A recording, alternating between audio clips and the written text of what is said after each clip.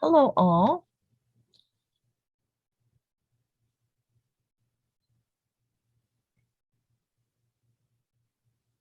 We're almost all on.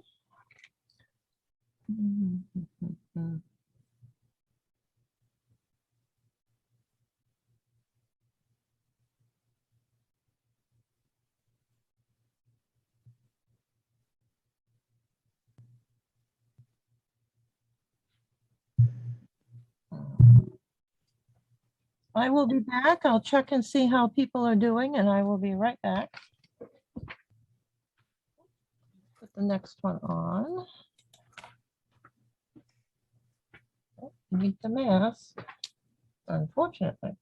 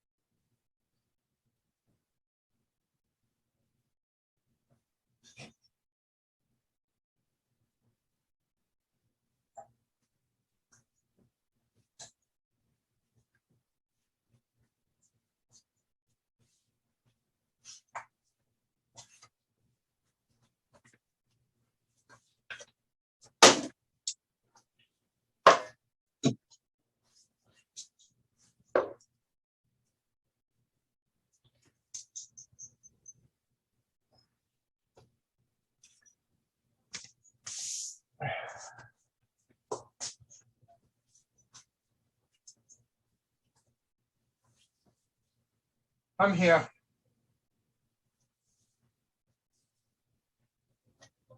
I'm here. I just got here. Let's see. Catherine, should have you in there already? I think so. I got you all named and everything. She's downstairs. Just click got it. Click that blue button. Yeah. I had a woman call me, ranting and raving about. Hold on a minute. Okay. Click this.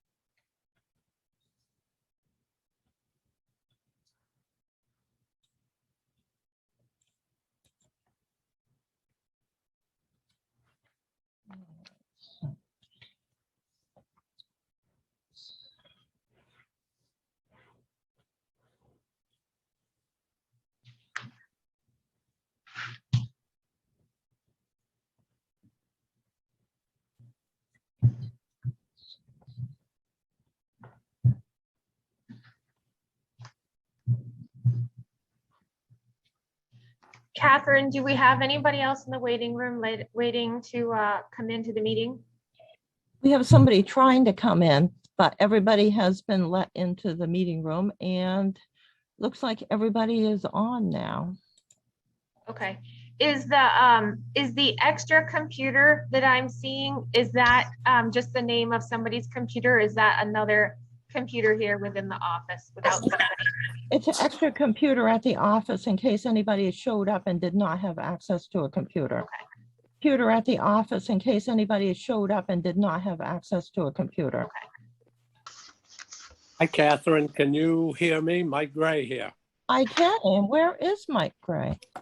Well, Are you on iPad? I am. All right, I haven't figured out how to put my name in there, so call me what you want. you can click on, I think on the right-hand side, click on it and then get further in.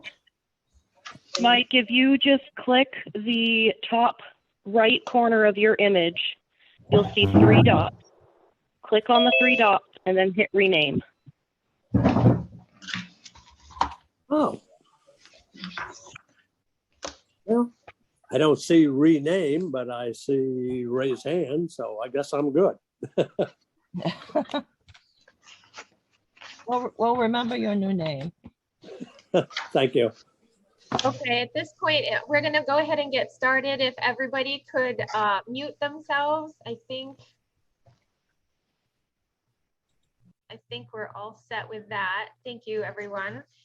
I'm gonna go ahead and get started. Welcome. This is a regular meeting for the Pittsfield Town Council. Today is Tuesday, September 21st, 2021. We are meeting by Zoom tonight because Somerset County is designated as red, which is high transmission of COVID-19. Per council vote on the record, all meetings will be held by teleconferencing Zoom when this condition is in effect. I'd like to open the meeting with the Pledge of Allegiance, followed by a moment of silence.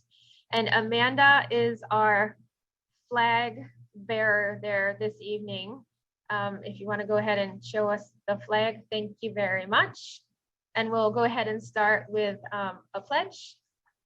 I pledge allegiance to the flag of the United States of America and to the republic for which it stands, one nation, under God, indivisible, with liberty and justice for all. Thank you.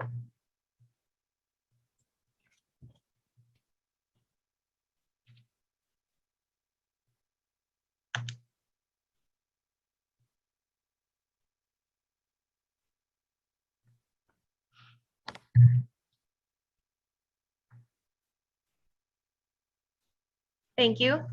Before we begin, I just want to review procedures for the Zoom meeting. All votes are going to be taken by roll call, so counselors will need to be visible on camera for this. Also, counselor members, please indicate your desire to comment by physically raising your hand so we can see you, or using the raise hand feature that will pop up on the screen for us so that we can acknowledge you and avoid numerous people talking at once. If counselors aren't on a screen, please use that raise hand feature. During public hearing or discussion of resolutions by counselors, if members of the audience wish to address the council, they may do so when called upon. Please state your name and your address for the record before beginning your comments. Your comments should be limited to the agenda item presently being discussed. Extraneous comments can be made, but at the end of the meeting during the audience reports section of the meeting. And I thank you all for your cooperation with that so we can have a fluid meeting this evening. Our first item is adoption of the minutes of the regular meeting held on September 7th, 2021. And I'll look for a motion. Amanda? Just really quickly before we get started on that, we have to take a roll call Correct. as a reminder. Yes. Okay, Catherine, this would just be a roll call of counselors, correct? Correct. Okay. Counselor Chinchet? Here. Counselor Hall? Here. Counselor Collimore? Here. Deputy Mayor Nichols, Here. Counselor Frost, Here. Counselor Lodgedice, Here. and I'm present as well, Heather Donahue. Thank you, everyone. Thank you for the reminder, Amanda. Adoption of minutes of the regular meeting held on September 7th, 2021. I'll look for a motion from the council. I move we adopt the meeting minutes of September 7th, 2021. Thank you. Second. Thank you. Counselors, do you see any omissions or things that needed to be added or changed in the minutes as presented?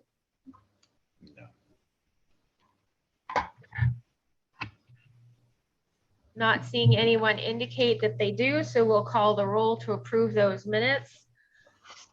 Counselor Nichols, Aye. Counselor Hall, Aye. Counselor Lodgedice, Aye. Counselor Frost, Aye. Counselor Chinchette, Aye. Counselor Collmore. Thank you. And I'll vote aye as well, so those are approved. Presentations, congratulations, and introductions. Catherine? Yes, thank you, Catherine. Catherine Ruth. I'm still letting people on here. That's There we fine. go. All right, Catherine Ruth, Town Manager. This is a brief update on community and economic development activities and events which are of such importance to the community. We have an update on the Maine Cheese Festival first. That was held on Sunday, September 12th. This was a great event for the town, a wonderful community development project. Tons of customers there, people looking at the town table and certainly looking at all of the vendors' tables where all of the nice food and beverage was. People seemed to really enjoy themselves. They were quite interested in the town. They loved talking to the councilors, maybe because they had costumes on, which was quite interesting.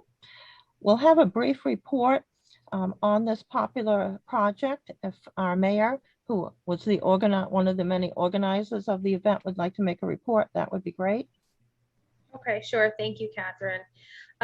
First of all, I want to just say I have like two hats that I'm wearing tonight. I am a board member for the Maine Cheese Guild and kind of was the driving force behind bringing this event to Pittsfield a couple years ago. Everyone really enjoyed it and loved the park and wanted to come back again this year. So special thank yous go to Peak for their sponsorship of the signage.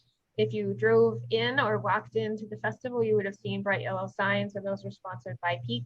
And I'm really excited because they're reusable, so we'll be able to put them out next time as well. We had several volunteers from the fire departments, from the Pittsfield and Detroit fire departments that handled the parking. And special thank you to them for handling that for us. And we had over 60 volunteers from across the state that helped with setup, breakdown, and everything in between. So thank you to them as well. The town of Pittsfield was a great host for us, and many people commented on discovering Pittsfield and the beautiful park that we have.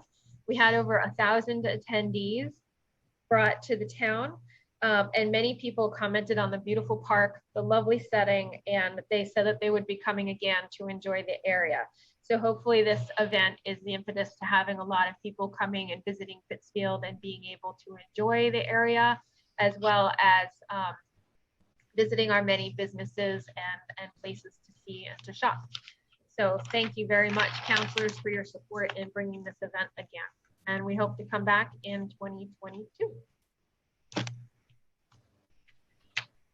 Thank you. Going on to the other economic community development projects. Our Main Street sidewalk project is very important for the town. So we're pleased that the state is now moving forward on this project. The project has been divided into two parts as follows. The Main Street sidewalk project is a very important project so that the downtown area is being concentrated on extensively. The intent of this project is to reconstruct the sidewalk on the north side of Main Street, between Central Street and Somerset Avenue to achieve accessibility requirements, to increase safety of pedestrian traffic, and to improve aesthetics. Simply walking down the sidewalk, you can understand these items. It's a, very old sidewalk dating back to the 60s and early 70s. The main components of the project are replacement of the existing sidewalk concrete. We want to replace that with concrete. Reset of the existing granite curbing that can be reused. And of course, if some of it can't be reused, there'll have to be a purchase of new granite curbing. And this is to provide a minimum 6-inch curb reveal. If you look at it now, you can see there are many tripping hazards. There's different levels because of the different levels of the surface that's been put on Main Street over the years. This will also flatten the sidewalk so that there will be ADA accessibility requirements, because it is very difficult for a lot of people right now. There will be improved pedestrian traffic safety measures, including new signage, ADA ramps, and shortened crosswalks. The sidewalk bump out at Rennie's has been trimmed to allow for an additional parking space. As we know, we're very limited on parking in the downtown, so that is very good. The second part of our sidewalk project is the library to the back entrance of the industrial park. This is more of a residential sidewalk, but it's an important sidewalk because it connects our industrial park to the downtown. It connects the school where the children and teenagers walk quite a bit to the downtown area for the amenities. And so this is a great walking area. It'll be good to have it updated because it is very difficult to walk on in places. And simply at times you will walk on the side of the road. So we're very pleased that the state is going forward with their road project. This project has been delayed multiple times for many reasons, COVID, and then funding, and before that for a variety of other reasons. But in any case, the new schedule that we have, and this is a tentative schedule, but it seems to be one that's more realistic here. There will be a public involvement presentation scheduled for approximately October 11th through October 29th. So this will be on the internet. So it will be either a Zoom session or another type of session in which people can go in and be involved, watch the information from the Maine DOT, and they're going to allow the town to have 1 or 2 slides on there. So that's good.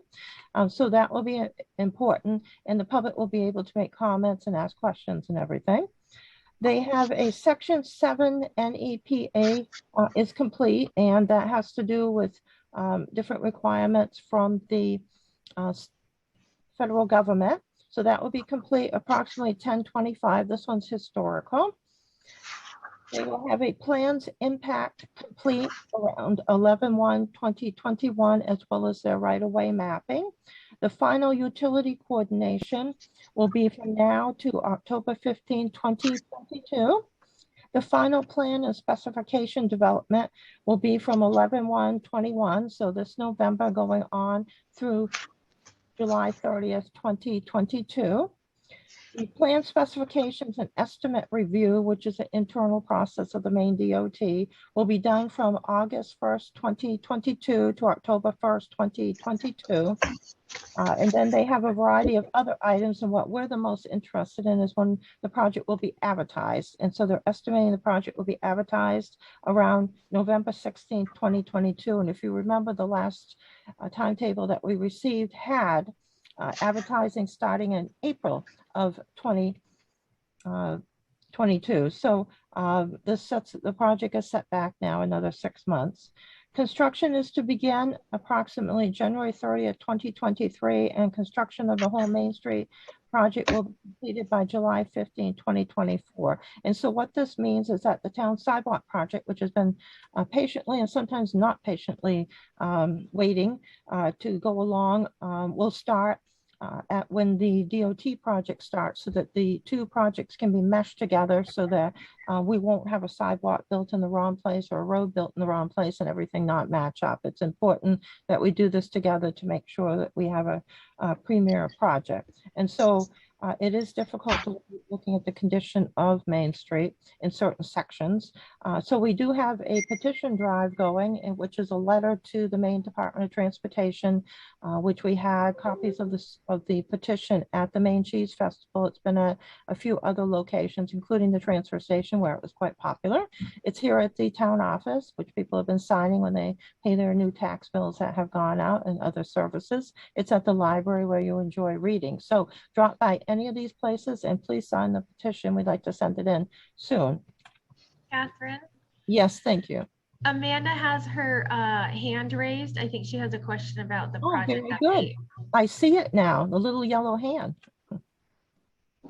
Yes. Thank you, Catherine. I just wanted to check. So I know that you mentioned the petition, but does this mean that Maine DOT has not come up with a plan that will be in the interim since we've been pushed out another year and our road is the way it is? I mean, we're looking at another full winter season with the potential of a partial winter season again that will happen if they don't do anything to this road. I mean, our cars are getting hurt, and town cars and the residents' cars. So that's why we're doing the petition. We have heard through several people, and I haven't heard officially, that they may do some paving up on North Main Street by the hospital. As you know, it's quite bumpy up there for the ambulances to go up.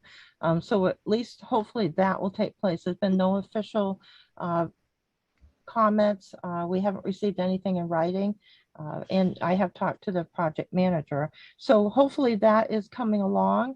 When we send in the petition, which should go in as soon as possible, we'll inquire about that again. I feel we've asked DOT so many times, and as you know, signed that letter to the Department of Transportation last summer, requesting just a skinny mix. All we needed was something to get by for a winter. We didn't realize it was for 2 winters, but something to get by to take care of the road. And as you know, the project managers tried hard to get us some pavement, but they were told there was no money available, and we did not receive any response from the main office.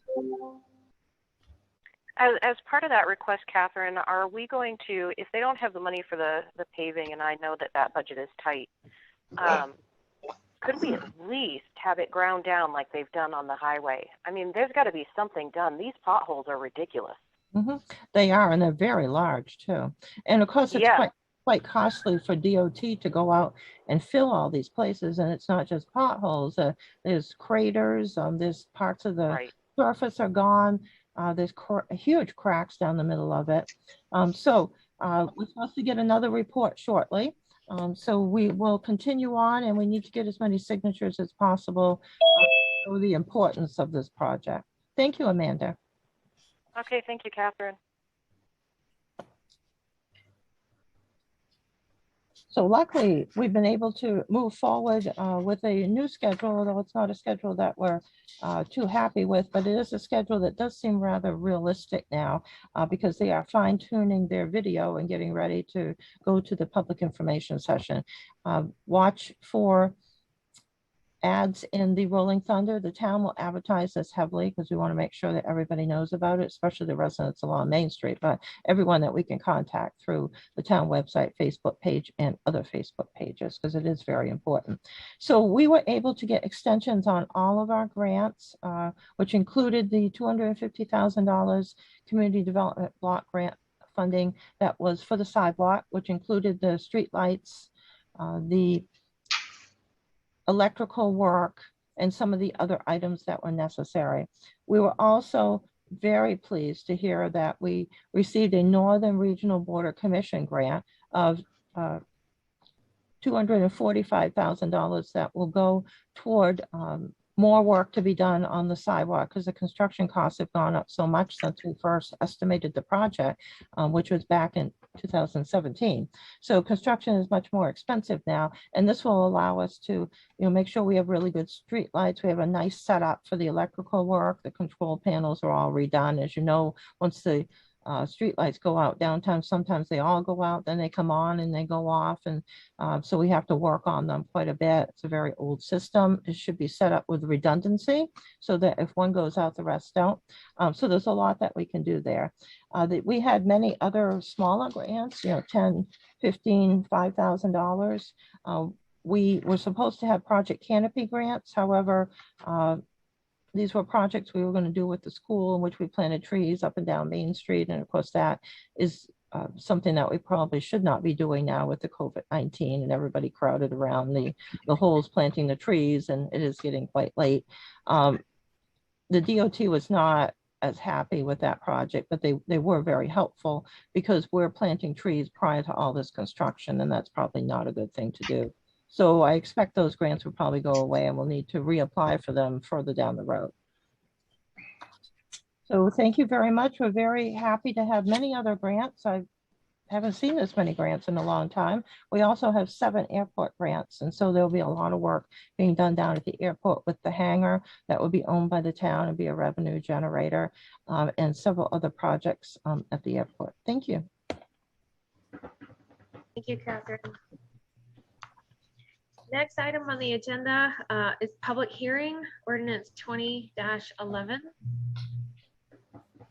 Ordinance 20-11, that the town council hereby ordains that chapter 2B, general assistance ordinance and appendices A through H be rescinded, and the new capital 2B, general assistance ordinance be adopted, and further that appendices A through H be adopted to reflect the revised maximums for the period of October 1st, 2021 through September 30th, 2022. Thank you, Catherine. This is a public hearing. This public hearing is open. Is there anyone in the audience that would like to speak to ordinance 20-11?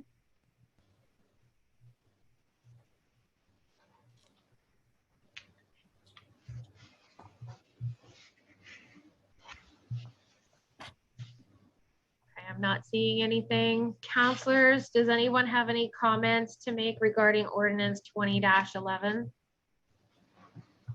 I just have one question. Go ahead.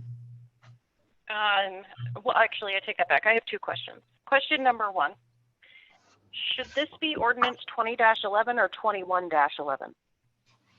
Oh, it should be 21-11. Okay, thank you, because I was thinking, I think we already had a 20-11. We did have a 20-11. Okay, so we'll correct that in the minutes, that it should be ordinance 21-11 for the public hearing. Yes, I'm sure it's just a typo.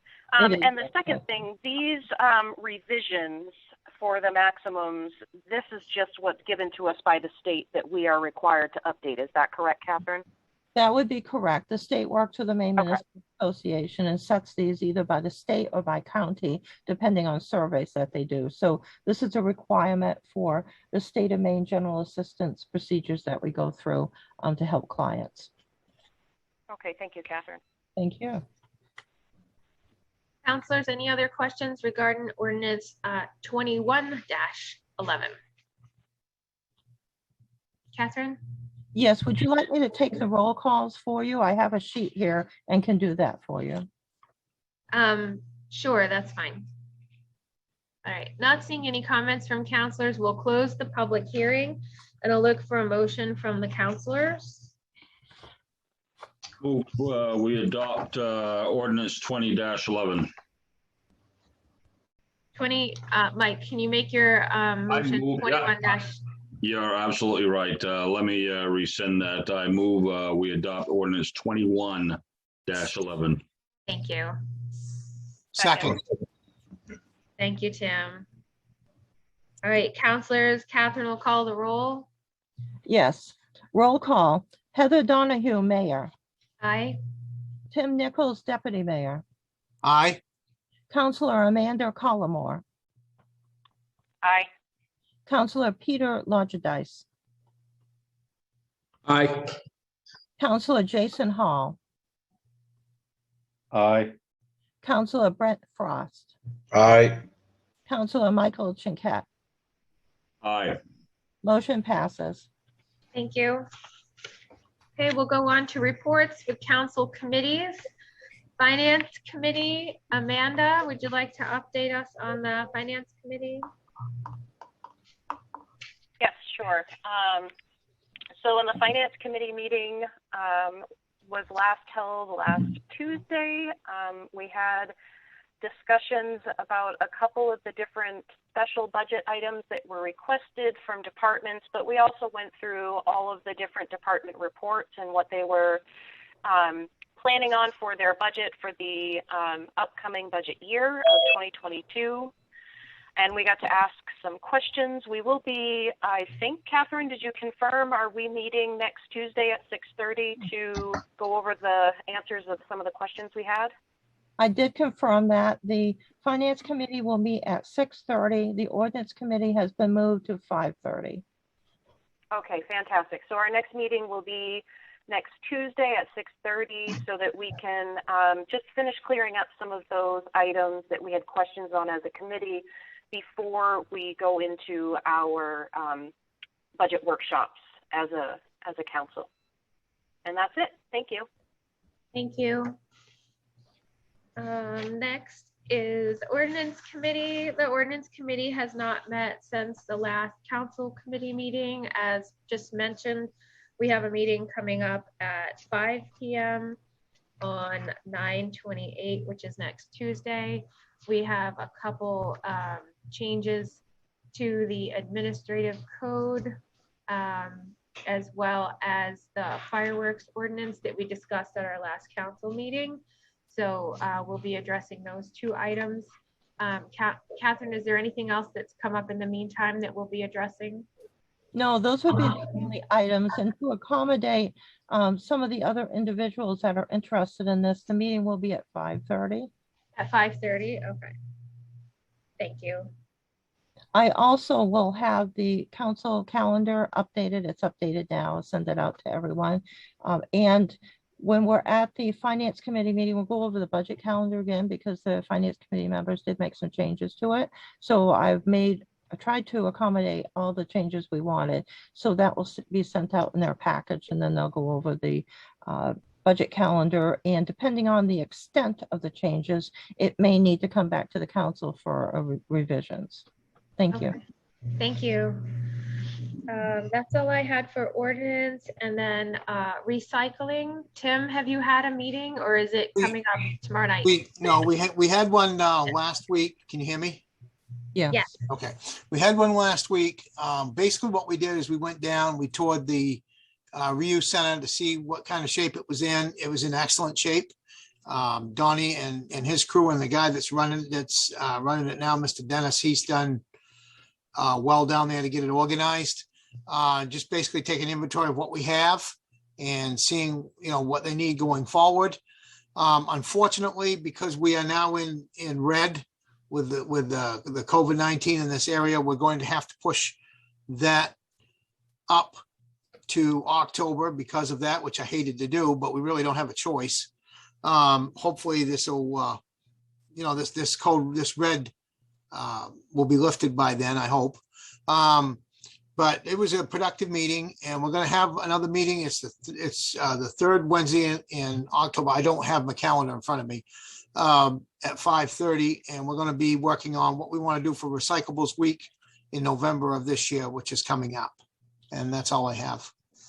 So the third Can I ask Wednesday would be one the 20th. question?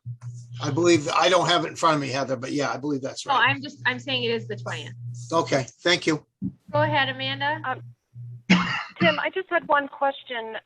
Had you guys, when you had your meeting, unfortunately, I wasn't able to go, but when you had your meeting on the 15th, did you potentially discuss how we could do a community cleanup type day thing where we would be able to get rid of some of the stuff that we've been wanting to bring to the reuse center but haven't been able to?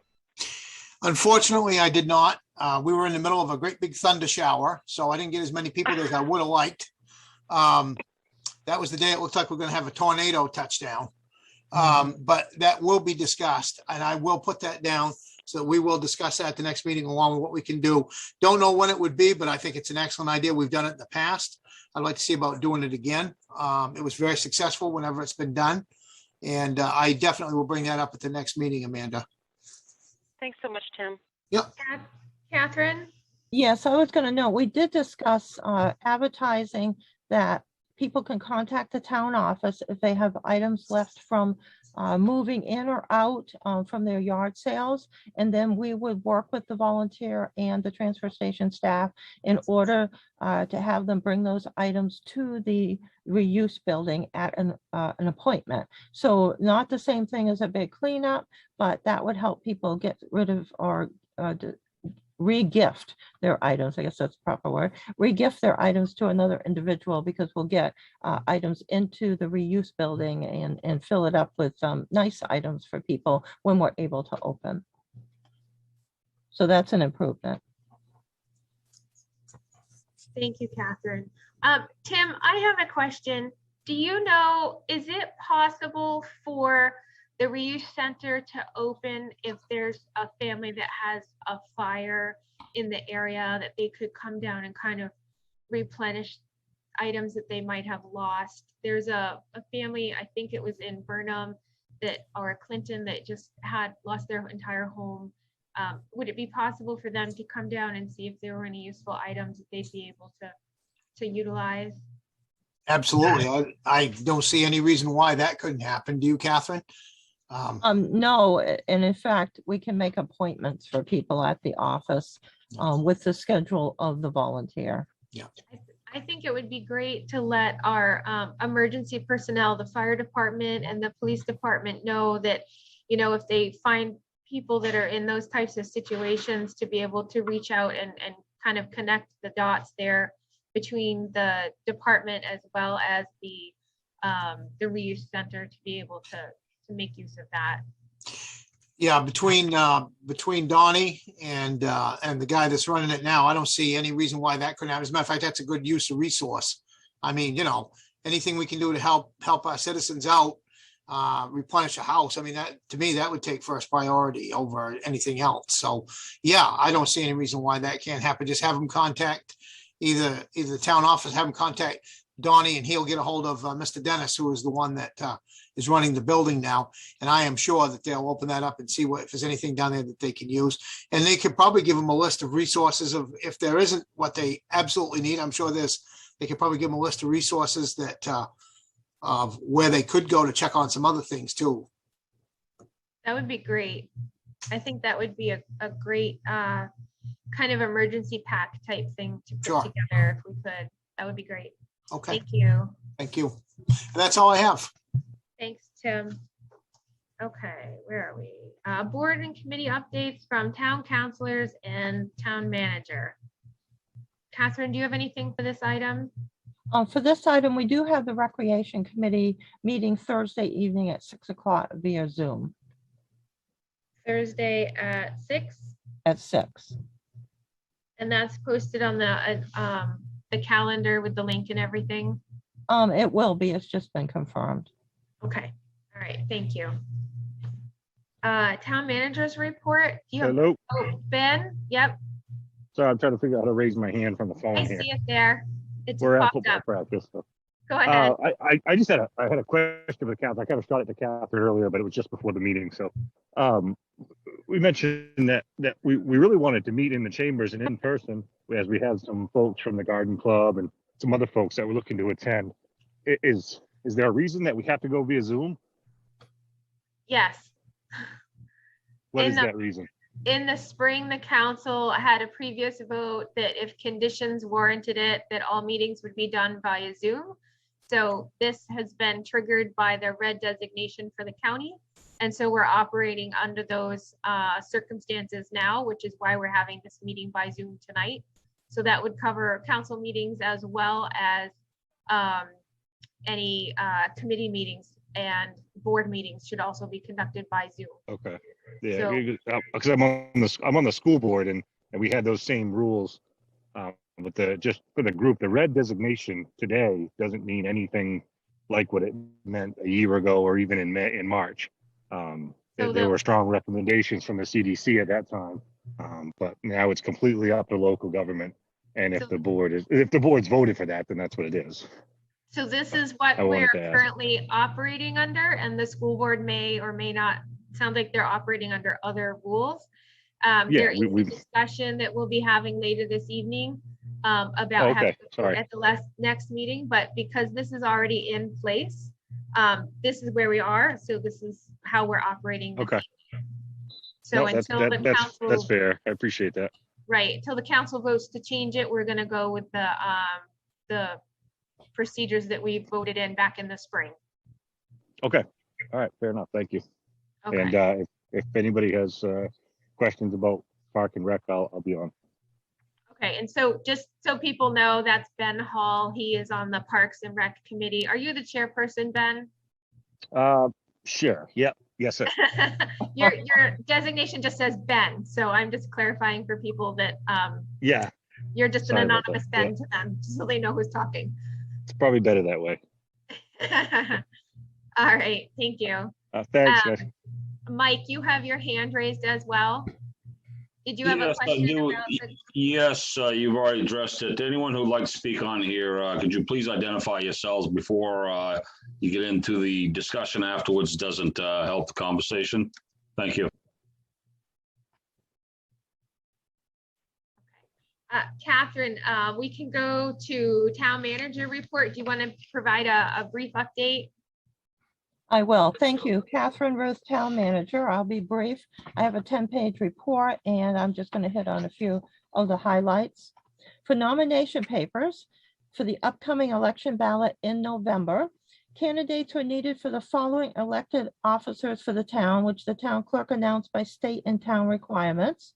These nomination papers were to be returned by the filing deadline of Friday, September 17th. So that was last Friday.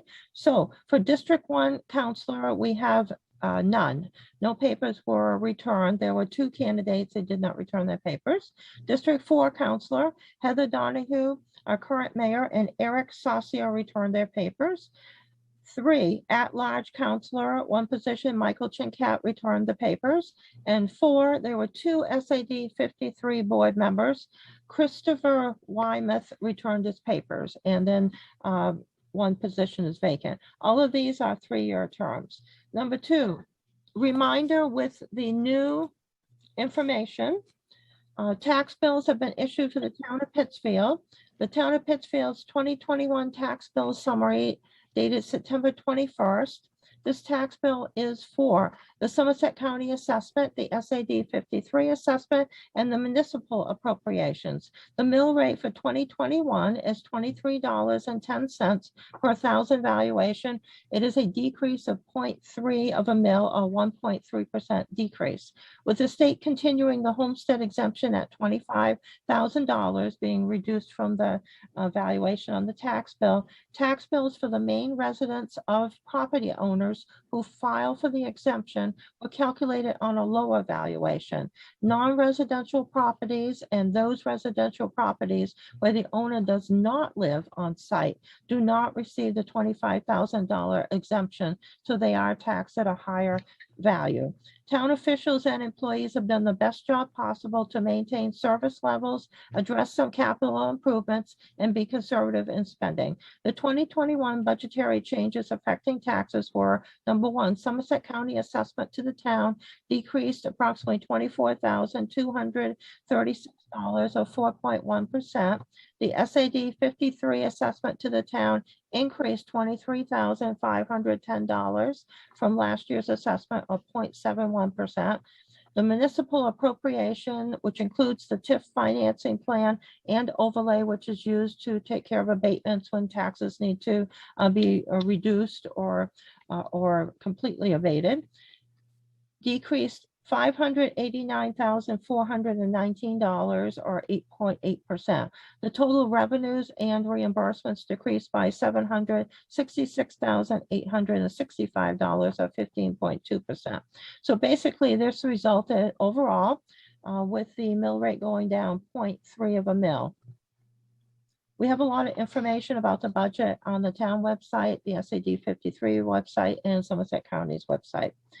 As a new reminder, if somebody did not receive a tax bill by now, please call the town office. And this is very important. There have been hundreds of sales of property since April 1st, 2021, with a large number just last month, all at the same time, it seemed. We were receiving at least several dozen phone calls a day regarding the properties.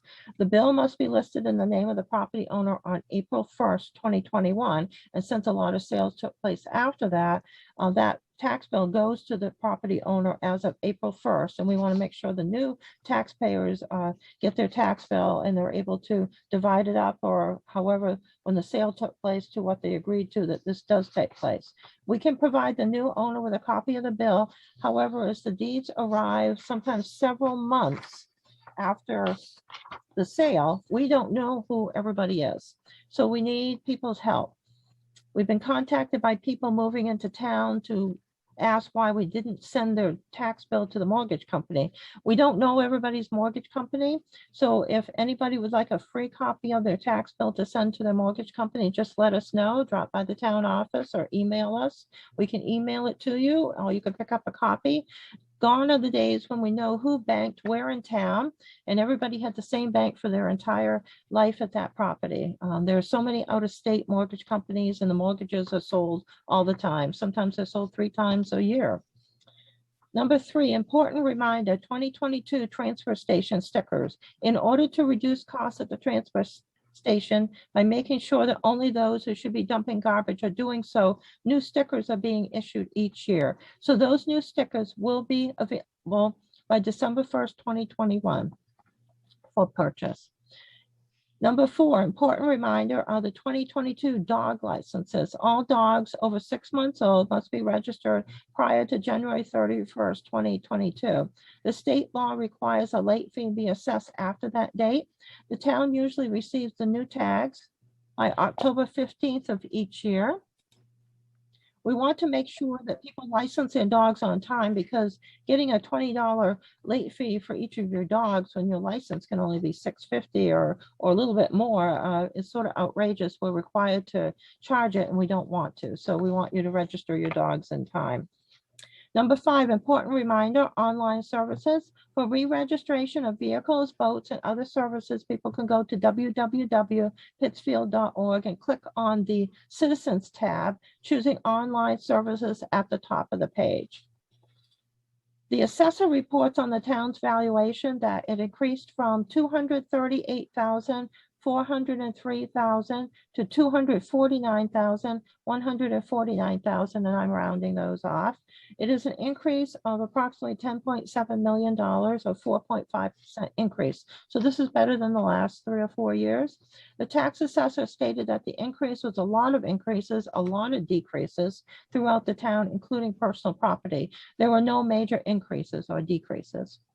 Number 6, the 2022 capital improvement plan. Town councilors all have received their draft 10-year paving plan, which I compiled for major rehabilitation reconstruction projects with estimates from engineers and the list for reclaiming roads, grinding roads, or paving of the remainder of the roads. These are all drafts, so they can be moved around between the different types of applications. But it does cover all the roads.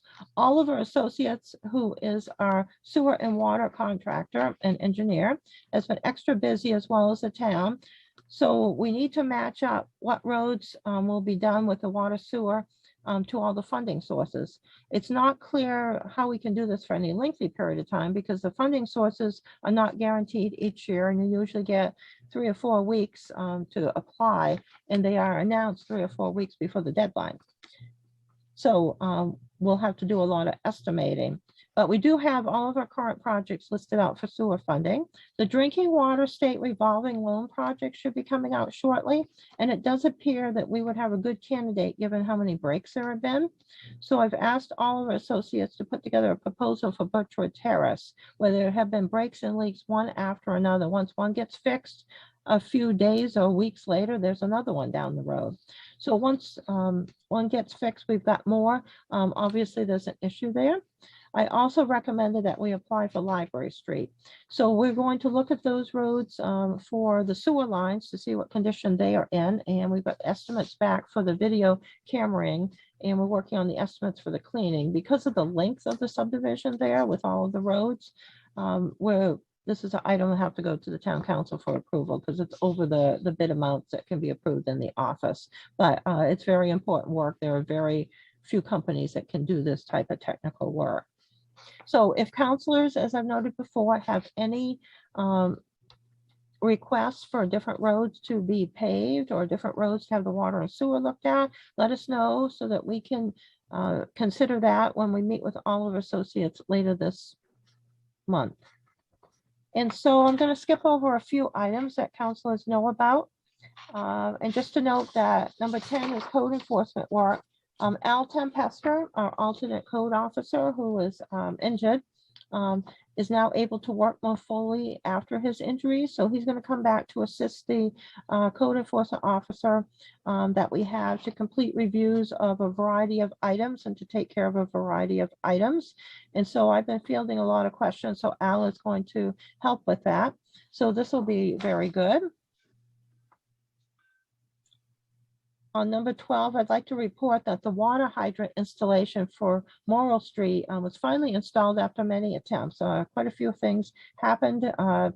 Luckily, they were able to get a very large area shut off and to do the replacement in a very short period of time, once it took a few times of scheduling and everything. So that worked out good. There just aren't a lot of valves that work in that area. So they did have to shut off a large area, but it was very quick. So that was good.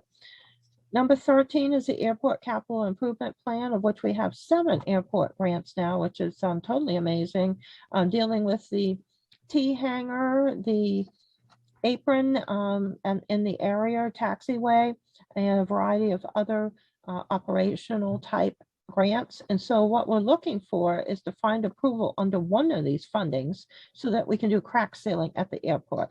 And so we are working away at that and have asked a lot of different agencies about that, individuals, and we're thinking that the best way to deal with this is to actually list out all the grants that we have and just ask which one can we use for the airport crack sealing that would fit under the federal bulletins. There are, when you look up information on the airport, each grant, I mean, the bulletins are huge. They can be a foot high, they can be an inch high. So there's a lot of fine print there. Time that's needed to be spent on freedom of access requests. So we are still working away. We've had extensive counter needs because of all the people that are moving into town so quickly. We're glad that they're enjoying the town and happy to be here. So we've been spending a lot of time with our customers as they come in for the first priority. So I will need to get back to all of the freedom of information requests that we have for roads, water, sewer, financial documents, etc. And as you know, we do have the one lawsuit. We haven't had one. So for decades here, 2 decades, I believe. So we do have a lawsuit regarding a discontinuance in 1966. And so we're pulling together more information on that. And then I think I will skip over the rest of the items. As soon as we get some deadlines for the railroad improvements that are taking place in town, and some deadlines for when some water sewer work will be done, I will let you know. Thank you so much. Thank you, Catherine. Ben, do you have a question or can you unraise your hand? Yes, I do have a question if they're allowed now. If it's regarding the town manager report, it would make sense to do it now. Yeah, it is. Catherine, do you have on hand the year-over-year change in the Betty valuation of the town? I don't have them here, but I do have them in a file. So I have those, yes, Homestead, Betty, and a whole scale of other information. Those have to be. The Betty one, I was just real curious about. No one having been involved on the Puritan project. I would have expected a big bump from the state and the Betty valuation. So I was a little surprised that our mill rate wasn't affected more. So I was just curious about that. Yeah, I think the assessors explained to me that there was a lot of property that could not be assessed because it was owned by others like federal or state government. So that's something that our assessor can give you more information on. I can make an appointment for you and we can talk about that later. Sure, thanks. I mean, in the segment, I heard I've seen the capital report. I think it was posted there. I missed who does the evaluation of the roads and the prioritizing of the roads. I missed that part, I guess. All right, we had an engineer look at some of the more, the roads that need to be completely rehabilitated or revitalized, reconstructed. And then I did, because we didn't have a public works director at that time, and he left as his report was due. I, as a town manager and a prior road commissioner for a really long period of time, did that. So we have that information together. As we know, all of these are just estimates. Okay, yeah, some of the numbers look very high and come from a construction background. I was really curious. Road evaluations is a big deal and it's a tough thing to do. Yes. If you have prior experience, that makes sense. So. Yeah, we use the formulas that the engineers that were working on the different projects use. So I use the same formulas. Okay. All right. Good. Thanks. That's Thanks, all I Ben. have. Thank you. Okay. Okay, under old business, we have resolution 21-84. And at this time, we'll need a motion to remove this item from the table as we have a tentative agreement to address this evening. I would move that we take resolution 21-84 off the table for discussion. Second. Thank you, Jason. Okay, Catherine, could you call the roll for removing the item from the table? Yes, thank you. Heather Donahue, Mayor. Aye. Tim Nichols, Deputy Mayor. Aye. Counselor Amanda Collmore. Aye. Counselor Peter Lodgedice. Aye. Counselor Brent Frost. Aye. Counselor Jason Hall. Aye. Counselor Michael Chinkat. Aye. Motion passes. Thank you. Catherine, could you please read resolution 21-84? Resolution 21-84, tabled from the 8/17/2021 council meeting. Resolved that the town council authorize the town manager to execute the sidebar agreements to the police collective bargaining agreement expiring December 31st, 2022 for number 1, Appendix A for wages, number 2, Article 34, lateral pay steps, and 3, Article 33, vacations. Okay, council, look for the motion to open discussion on resolution 21-84. I move we adopt resolution 21-84. I'll second it. Thank you. Okay, counselors, this will be a counselor-only discussion, and I will caution you that the items in the sidebar agreement need to remain confidential until such time that it is approved by both parties.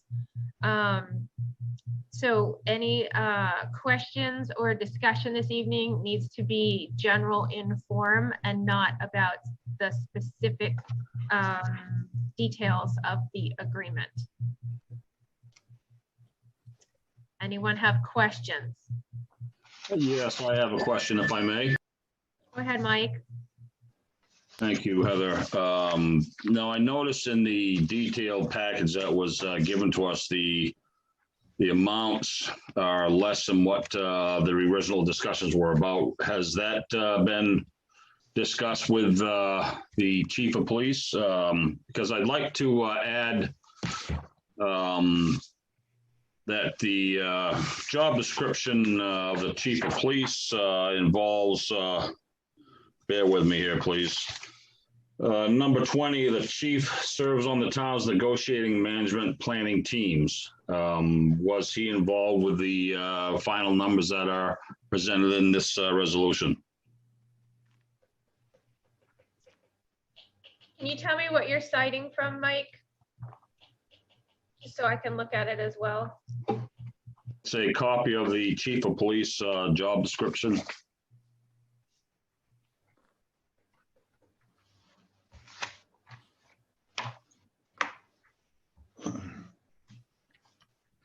So I found out about, I don't know, 10 minutes before the meeting started this evening that this was actually approved by the union. So I do not believe that the chief is aware of the final details.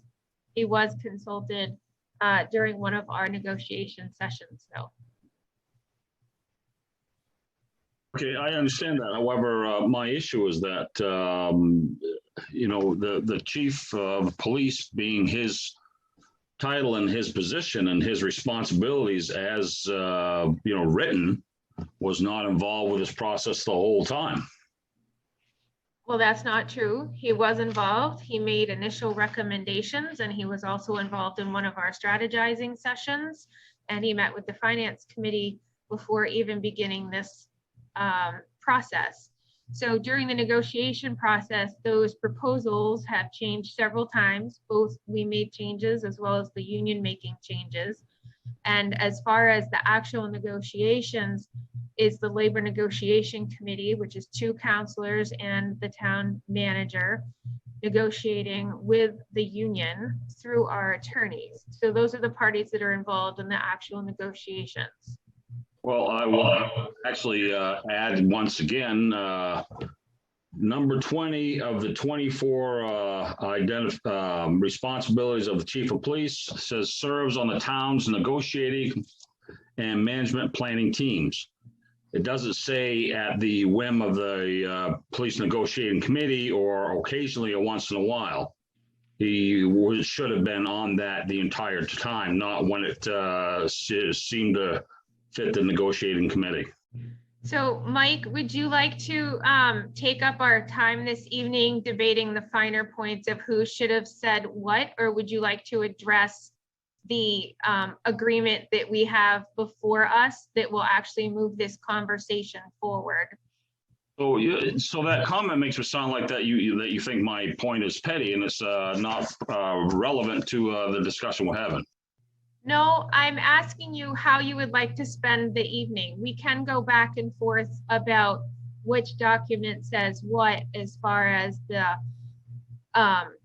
police chief's job description versus what the actual chapter 2 in our administrative code says as far as labor negotiations and who's responsible for that, which would indicate there's a contradiction there because it does indicate it's 2 counselors on the labor negotiation committee along with the town manager who is responsible for that.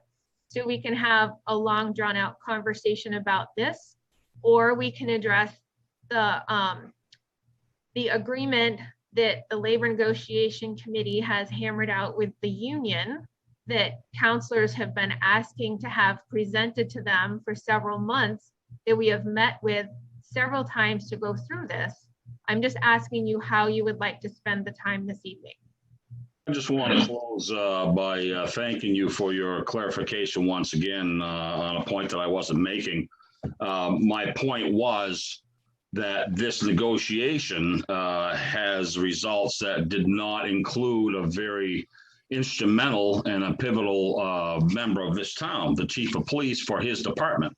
I'm just concerned that this will represent the police department properly, and it is actually what the department needs or has desired. That's what I'm expressing, and I don't think that's wasted time. It's asking for clarification and trying to make a point as to the process as how this got here, because you're saying that the end result justifies the means. I disagree. That's where we're going back and forth. At no time did I comment that your concerns were petty. Your concerns are noted. I asked you how you would like to spend the time this evening. Do you have additional concerns aside from the one that you had voiced about the specifics in the sidebar agreement that's been proposed? I do not. I just want to make a matter of record that the resulting agreement here may not necessarily provide the coverage that the chief as a department head had desired or believes that is necessary. That's all the point I'm making. Thank you very much for your time. Your concerns are noted. Thanks, Mike. Counselors, do you have additional concerns? Heather, I don't have any concerns about the particular agreement, but I do now have concern with the contradiction between the two things, and before the next labor negotiation procedure happens, that contradiction needs to be addressed. Okay.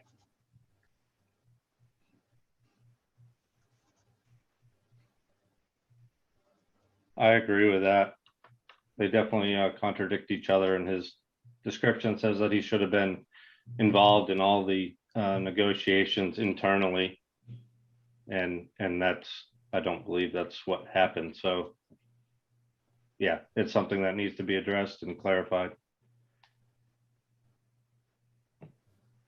Good point, Mike. Thank you, Jason.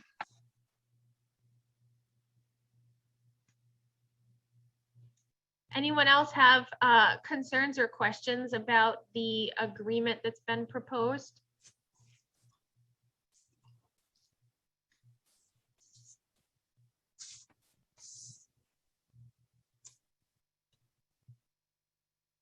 Pete, are you talking or? There you go. So I'm assuming the negotiating committee looked into what this was going to do to the budget, or will this be covered in the budget? So there's, Catherine maybe can speak to this better than I can. Go ahead, Catherine. Yes, an integral part of the police labor negotiation committee meetings was to go over all the costs of all the different proposals. There were many proposals that were put forth by the police chief. First, there was a discussion at a lengthy meeting of the finance committee, in which the finance committee indicated of many proposals at that time that they would have to wait for the budget process, but did ask for the a certain item, which is in the public record, the residency requirement of living within 20 miles of the police station, if that could be changed, either become larger in terms of mileage or be taken away. So that was an item the finance committee had suggested be looked into.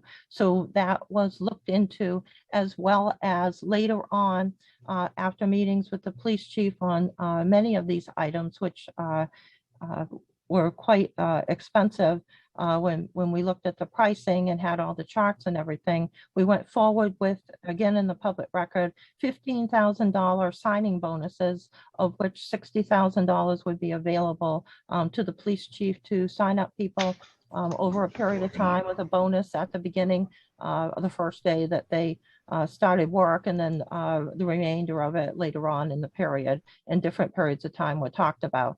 So that was approved, along with a sick bay for the officers. So if one officer did not have much sick time or any and needed some, and another officer had it and wanted to trade it to him or put it into that bay, that they would be able to do so. So the counselors, Catherine, after a number of... May I interrupt, please? Is this not the confidential information that were given us to in a confidential package? Right, but that's what I'm explaining, what was given to and looked at for the pricing. So now you've got the pricing, that $60,000 is part of what the cost would be. So those were approved in July of 2021. And then the remaining costs were in your package, and I can pull that out so that you'll know what the cost would be through the remainder of the year. And I've got to go get another folder, but I believe those costs for the next year would be approximately $107,000 for the year. If I may, I'm very concerned that every point you just made is in the envelope that we were given marked confidential. Those And- items, It's a budgetary item, one that's already approved, and the next one I was asked for a specific, and that is a budget item. It's not the actual items that were approved, which can't be discussed. so Mike, just to There's nothing else clarify, can be discussed. There's nothing else in the confidential package. You named everything. I didn't Mike? name anything. oh, hold on a minute. Mike, to clarify, the items that Catherine just spoke about, the sick bank, the $15,000 bonuses, we've already voted to approve those items. They are not included in this new sidebar agreement. Those are things that were already approved in prior agreements this summer with the union. Could I just interject really quickly here, please? Go ahead, Catherine, Amanda. I know budget stuff that we already approved has already gone through and it's part of this year's thing. I think what Pete and I are asking here, and of course we'll get more into with finance committee stuff, is what is the additional cost, not including the stuff that's already approved? So in the packet, without saying what everything is, what is the new additional cost, just so that we can plan for it? So the new additional cost next year is approximately $107,000. Okay, and so that doesn't include the additional stuff that or that is the price including what we already approved in July? What we already approved in July is already in the budget, and so that would be encumbered by your vote that took place in July of 2021. So you're all set with that because you had money left, or you will have money left in the police budget. So the additional costs that will go into the next budget are approximately $107,000. Okay, thank you for clarifying, because you had given a lot of numbers and I was trying to keep track of everything. Yes, thank you. So to clarify a couple things, the sick bank change it's not a budgetary item. It would be officers donating sick days to another officer for use if there were a situation that required it. And then the 50-mile radius is not a budgetary item. It would be like a policy item that we needed the union to agree to because it goes to working conditions. So those are two things that were approved that did not have a budgetary impact, which is why we felt that they were low-hanging fruit and definitely worthwhile doing to add opportunity to recruitment. The $60,000 signing bonuses, 4 $15,000 bonuses are available through the end of next year, and those are from budget dollars in 2021. So they'll be encumbered, as Catherine said. So that won't carry over as an additional expense into the 2022 budget. The $107,000 that Catherine spoke to would be the total of the other additional items in the packet that we're looking at for this evening. Does that answer your question, Pete, before we go over to Mike with another question? Yes, thank you. Okay, Mike, go ahead. Thank you. No, I just want clarification, please. Amanda and Catherine had just had a brief discussion about something that was already approved for this. Can somebody clarify that for me, please? I don't think we had anything for us to approve until tonight. Are you talking about the $60,000 that was mentioned, Mike? I'm asking about what was referenced by Catherine when she said something that was already brought up and approved. That was the signing bonuses that were negotiated with the union, I believe back in July, that we voted on to provide 4 $15,000 signing bonuses. That money is coming out of the current budget, the 2021 budget, because we have extra staffing dollars, and those dollars were put towards signing bonuses in order to provide opportunity for recruitment. Right. That was one of the. Right, I understand. Thank you for that clarification. I just wanted to, maybe it's old age, or maybe I just don't remember that happened. And was that brought before the council to be voted on? Yes. Yes, that was one of the first, it was the first recruitment tool that was addressed. I believe the sick bank and the it was the sick bank, the 50-mile radius, and the $15 signing bonuses were all in that first negotiated sidebar with the union. And then these other items came up right after we approved those, and they were proposed. Okay, thank you. I just could not recall the details. Thank you for the clarification. Okay. Heather, could you remind me correctly? I think that's the stuff that was approved in that emergency council meeting, correct, at the end of July? Yes, I believe, no. Catherine's saying no. No. I'll pull out the date right now. It's either July 20th or 21st. Let me just double check to make sure we have the exact date. That was July 20th. The 3 items were packaged together. to make sure that we had recruitment tools, which would be very helpful. The emergency or the special meeting that we had on the 27th did not result in any votes. Okay, thank you for reminding me, Catherine. Thank you. Counselors, do you have any other questions or points of clarification before we vote on this?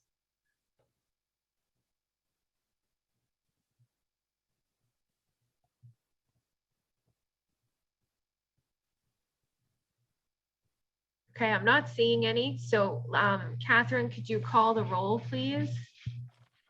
Yes, certainly. Mayor Donahue, Aye.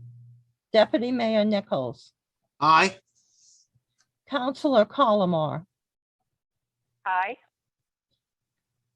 Councilor Hall, Aye. Councilor Frost,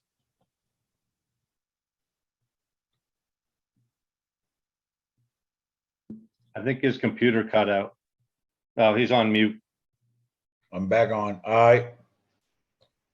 Councilor Lodgedice, Aye. Councilor Chinkat. I vote aye. Motion passes.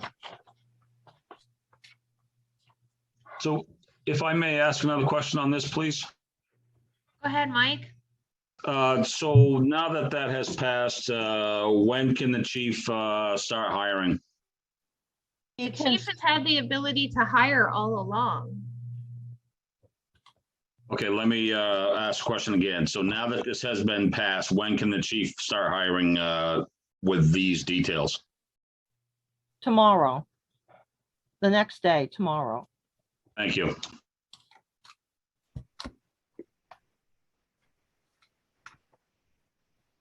Okay, Hey, could I ask a question? I'm sorry, who's speaking? Mike Gray. I haven't got my name on there, but you're through with the, I was looking at my paper and I couldn't see who lit up. Mike, we're gonna go on to the next new business item. I did not Okay. ask for public input on that because it was not public record what we were actually talking about. And so without any of the details, I don't believe it would have been a fruitful conversation if you didn't actually have the details of what we were no, talking. I was just trying to gain a little more information from Mike, but that's okay. I can wait. I've got Okay, no thank place you. to go. We're gonna go down to new business, resolution 21-94. Resolution 21-94.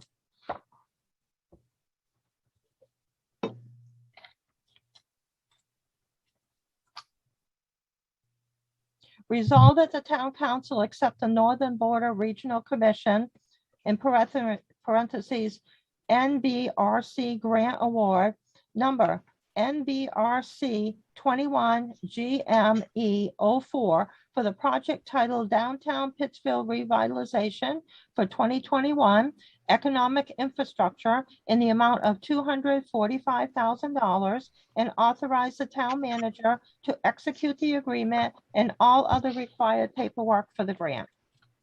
I move we adopt resolution 21-94. Thank you, Second. thank you. Counselors, discussion?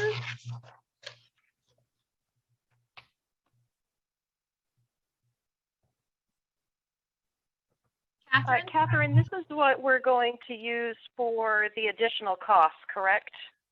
Yes, That are associated with this Main Street project that has been pushed out a million times? yes, on the Main Street project. And because it is $245,000, we're able to add broadband laying of that wire along Main Street, which will be helpful. And we will also have additional funding for the sidewalk, the conduit, the electrical controls. So this is very, very helpful considering the condition of the antique streetlights and how we would be so pleased to have new ones which are able to be shut off independently. Thank you. We were very, very fortunate to get a grant As I noted on the paperwork, the NBRC received 156 applications. There was considerable malfunctioning when we submitted the application because they only could be done through electronic means, and we had trouble getting our application through. It evidently got through 1 minute before the deadline. And they chose 44 grants, and we were so fortunate to receive one for the full amount of $245,000. Thank you. Is there any discussion or comments from attendees in the meeting this evening? If you'd like to use the raise hand option on your devices. If you can't figure out how to do that, just turn your mute off and I'll be able to see that as well.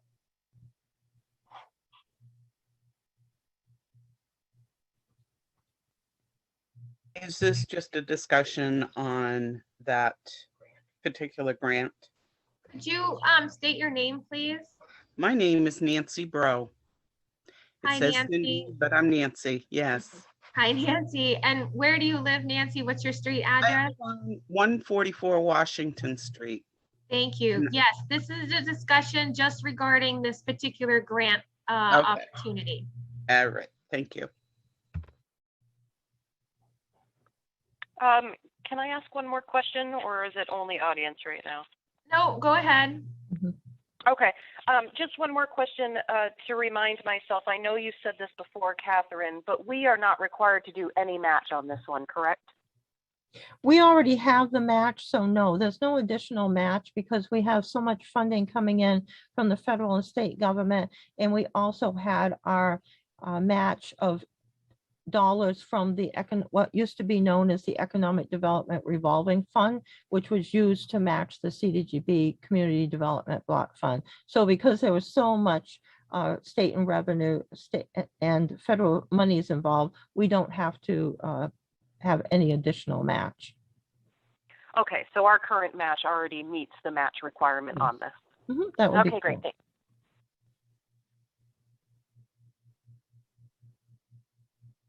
Any additional discussion, anyone? This is a great opportunity for the town. Okay, not seeing any. We're going to move the vote. Catherine, could you call the roll, please? Yes, thank you. Roll call. Mayor Donahue. Aye.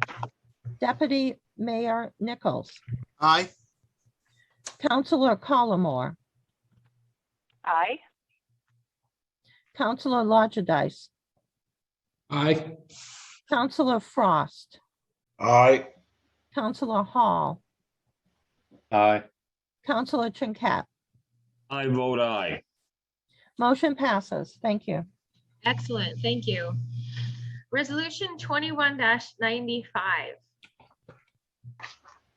Resolution 21-95. Resolved that the town council authorize the town manager to execute the letter of intent to participate in the one-day household hazardous waste collection event on Saturday, October 2nd, 2021.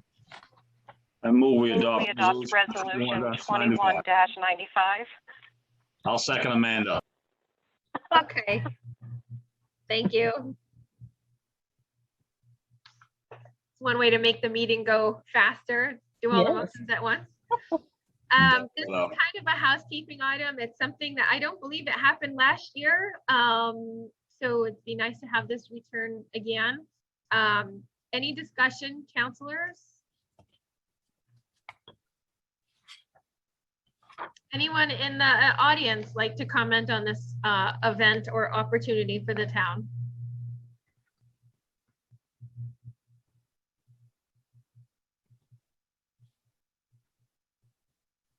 I'm not seeing anyone. So counselors will call the roll for this resolution 21-95, please, Catherine. Yes, thank you. Mayor Donahue. Aye. Deputy Mayor Nichols. Aye. Councilor Collmore. Aye. Councilor Lodgedice. Aye. Councilor Frost. Aye. Councilor Hall. Aye. Councilor Trinket. I vote aye. Motion passes. Thank you. Resolution 21-96 Resolve the town council approve a renewal oh, I'm sorry. Go ahead, Catherine. That's okay. I'm just reading right along. Resolution 21-96, resolved that the town council approve a renewal application for a liquor license for Vittles Restaurant at 107 Main Street, Pittsfield, Maine, 04967. Move we adopt resolution 21-96. Second. I'll triple.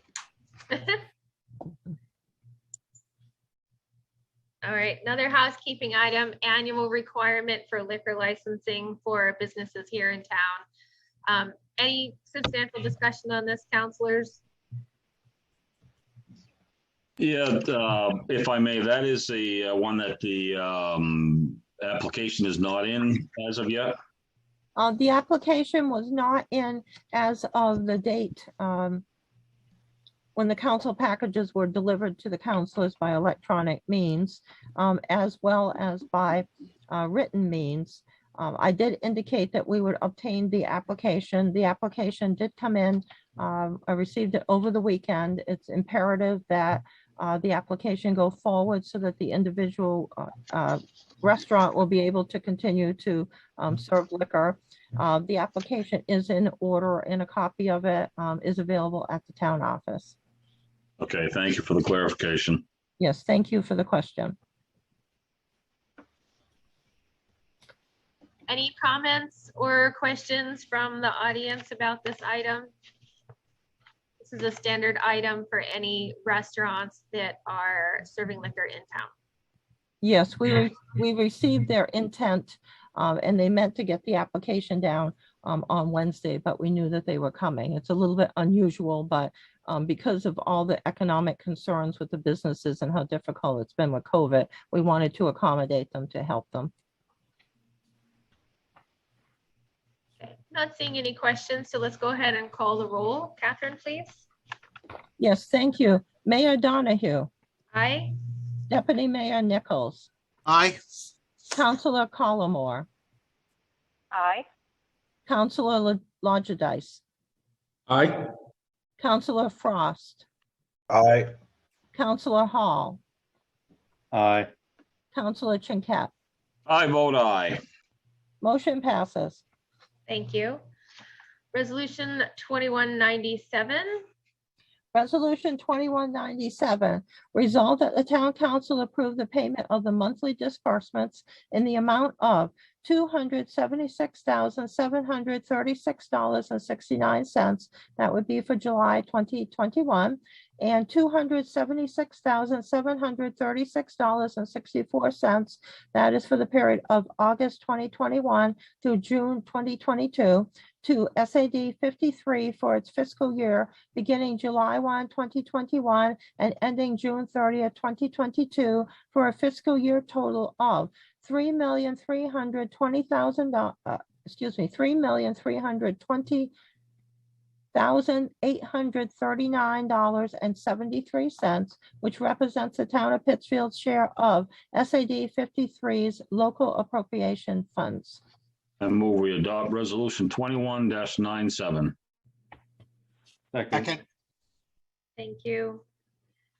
Catherine, can you clarify that the second payment listed, the $276,736.64 for August 21st to June 22nd, that's a monthly payment? Yes, that would be correct. It's always off a few cents for either the first or the second payment. And this item is a little bit later than usual because the school, in getting from the governor's vote that 55% of educational funds costs would be reimbursed by the state, voted to go forward and reduce the actual SAD 53 assessment that was voted upon. So that was wonderful. Not all school districts did that. So this reflects a reduction of what our payments were requested to begin with for the budgeting. Yes, correct. Nice. Okay. Catherine, I think you probably remember back in May when we had the superintendent here, and I think it was somebody from the school board as well that helped put together the budget stuff, and they gave that presentation. And we had asked for the, basically the report out of what was spent or how the COVID-19 funds were spent to the district. Have you received that information? Because I've tried to reach out and I haven't received any phone calls in return. And we were told that they were working on the report back then when we met, but I haven't seen anything and I didn't know if you had. I have not seen anything. I can check into that for you. Thanks so much, Catherine. I've got a lot of people reaching out and asking me about that, and I have no answers to give them. Thank you.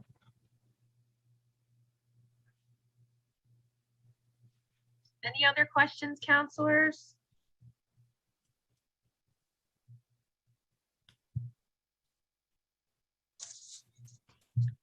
Anyone in the general audience have any questions regarding this item?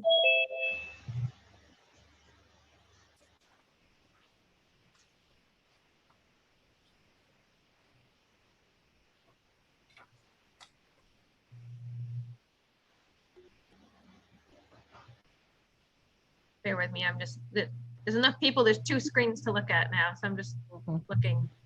I'm not seeing anything. Catherine, do you see anybody? I did not. No. All right, without any further questions or discussion, I will ask to call the roll.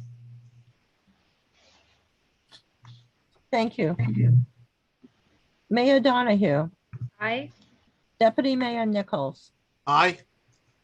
Councilor Collmore, Aye. Councilor Lodgedice, Aye. Councilor Frost, Aye. Councilor Hall, Aye. Councilor Chinkat. I vote aye. Motion passes. Excellent, thank you. Thank you. Resolution 21-98. Resolution 21-98, resolved that the town council approve the payment of weekly payroll checks in accordance with the following accounts: personnel services 0105 regular, 0110 overtime, 0115 part-time, 0120 supply operation, 0125 supply maintenance, 0130 distribution maintenance, 0135 customer accounts, 0140 biker. I move we adopt resolution 21-98. Second. Thank you, Tim.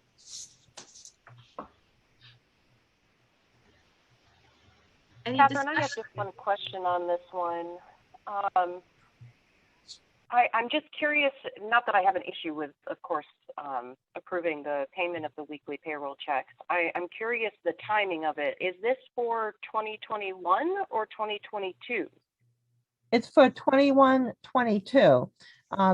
It allows the staff to make out the payments without the signing of the expense warrants, basically. So it's a housekeeping item. Okay, all right. I guess I forgot that it happened in the fall. I thought it was a January thing. Thank you. Thank you. Any other questions, counselors? Anyone in the audience have questions regarding resolution 21-98?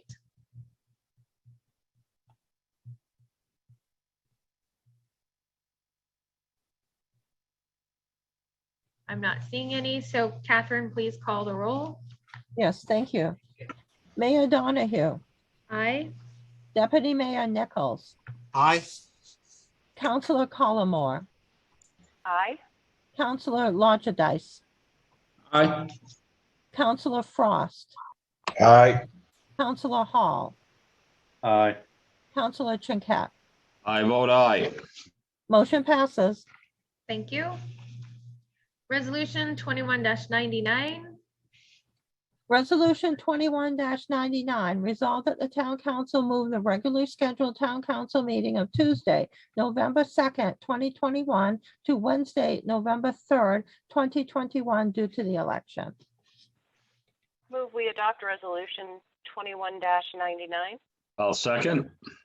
Thank you. This is a housekeeping item. We do it every year because of the election. Any discussion? Tim? I just wanted to make a note that, I can vote for this. I understand why. I will not be able to attend that meeting due to a work conflict on November 3rd, but that's okay. I understand why it needs to be moved. Thanks, Tim. Is anybody else going to have conflicts with that?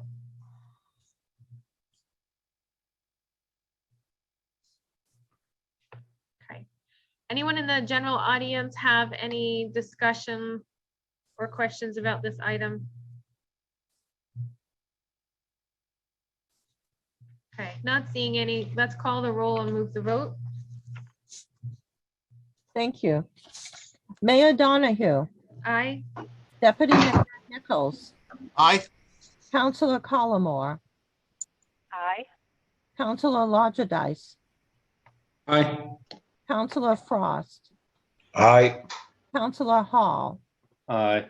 Councilor Trinket. I vote aye. Motion passes. Thank you. Thank you. Move on to discussion items. Catherine? Yes, for discussion items, the department reports on all of our 14 departments were available to the counselors for accomplishments and achievements in the package. Those are self-explanatory. For the financial reports, we have those nearly completed. However, the TRIO system in the process of some updates for the financial software is now not working properly. So we have maintenance tomorrow. And then once that is completed, all of the remaining postings that need to take place will take place, and then you will receive your next expense warrant also. Thank you. Catherine. We will go on to reports.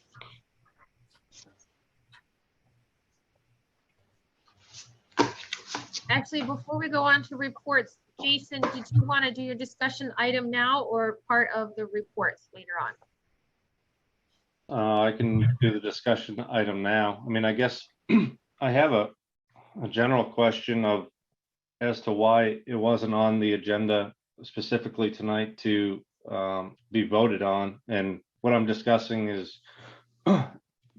making a motion that the town council is doing all of these meetings in person and not via Zoom, and we be down in the council chambers. I sent out an email last Wednesday requesting that. I didn't get a response.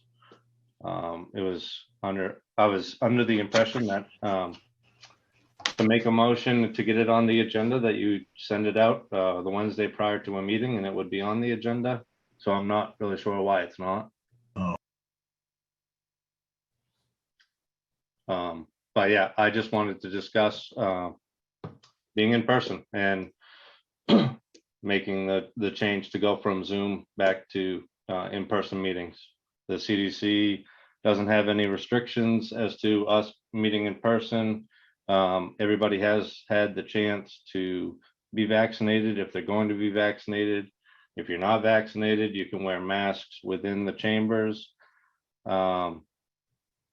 So really, there's just no reason for us not to be. We can see there's a lot of people that want to be at these meetings. We have the capability to be in person. If for some reason the chambers aren't adequate enough, there are other options that we could move the meeting to, but I think we should be in person.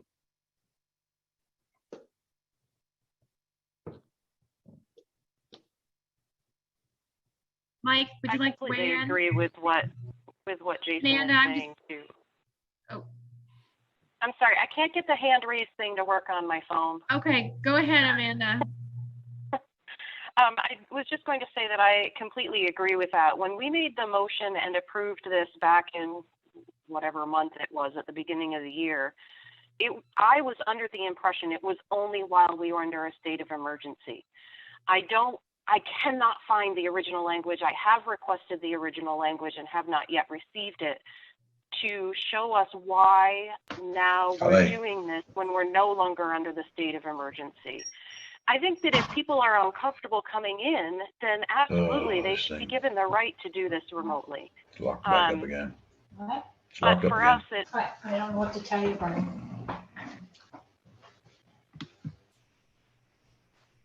am I Brent, hearing you're- things or Brent, is you're Frank off talking? mute. Go ahead, Amanda. Okay. So I just wanted to say that I agree that we should be meeting in person for those who feel comfortable meeting in person. And I'm very confused as to why we're doing this when the CDC things have changed. The reason we voted for this was because of CDC recommendations and because we were still in a state of emergency and we didn't want to have to keep voting on it each time the color changed during the state of emergency that we are no longer in. And also, just to make a note that there is no law in place right now that allows these meetings to continue forever and ever. Currently, you're only allowed to do the virtual meetings until the end of the year, so it can't be voted in as an ordinance that's permanent anyway. So I just wanted to make that as a side note. Mike, you have your hand up? Yes, thank you very much for calling on me. I just want to reiterate what my fellow councilors have already said so eloquently. I can't add any details to that because my thoughts are having these meetings are convenient. The technology's there, but we lose so much in the interpretation, having a face-to-face, having a real-time meeting. So not to add any more or not to muddy the waters, I would like to throw my support in what Amanda had mentioned, and I would like to have Jason's answer forthcoming as to why this was not put on this docket. Thank you. Brent, would you like to weigh in on the Just call in. conversation? How do you do that? You gotta have the picture. They don't We say can hear aye. you, Brent. Even though your picture's Yeah, not the going, picture. we can hear you. I think he can't hear us because he's having freezing issues. Okay. Pete, do you want to weigh in on this? Yes, I would agree with what the other counselors have stated too. I think we should be in person. And if there are people that want to Zoom, they should be allowed to Zoom as well. Tim? I mean, if the majority of the people want to have it, that's fine. The only concern I have is if you have some people that have some severely compromised immune systems. That's the only thing that bothers me is, we're not required to do it right now. That could change in 4 weeks. I hope it doesn't. I really do hope it doesn't. But we got to keep in mind too, that some of the people that will come in here have severely compromised immune systems. And, that's the only concern that I have.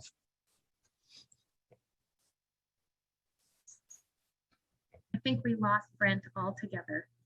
I mean, those folks that do have health issues do have the ability to call in Zoom. They can call in via cell phone or telephone. They can come to the meetings with masks and be socially distanced and all of those things. So it's not like we're preventing these people from participating. We're just allowing the people that want to be in person, that are vaccinated, that are ready to be in person for these meetings to have that option. Well, what if it was me? What if it was me? What if my immune system is compromised? I don't want everybody to know that I'm deathly ill. What would you say to me? I would say that you have the ability to Zoom in like you are right now, and you can participate any way that you would like. We have the options for you to be where you're sitting. We have the options for you to be at the library. You can come to the chambers, be masked. I'm sympathetic enough to that. I would wear a mask. I know I sit next to you. I'll wear a mask for you. Trust me, I'm not, but I'm just using that as a Well, I'm just saying, hypothetical.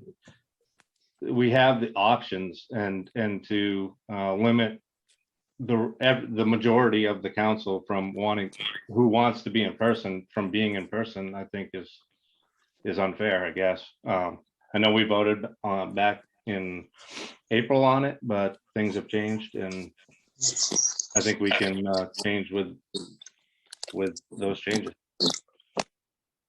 And Tim, to kind of address your concern, nobody has to give a reason why they're going to join in remotely. Maybe they're joining in remotely because they are still at work and can't come in person because it was too close.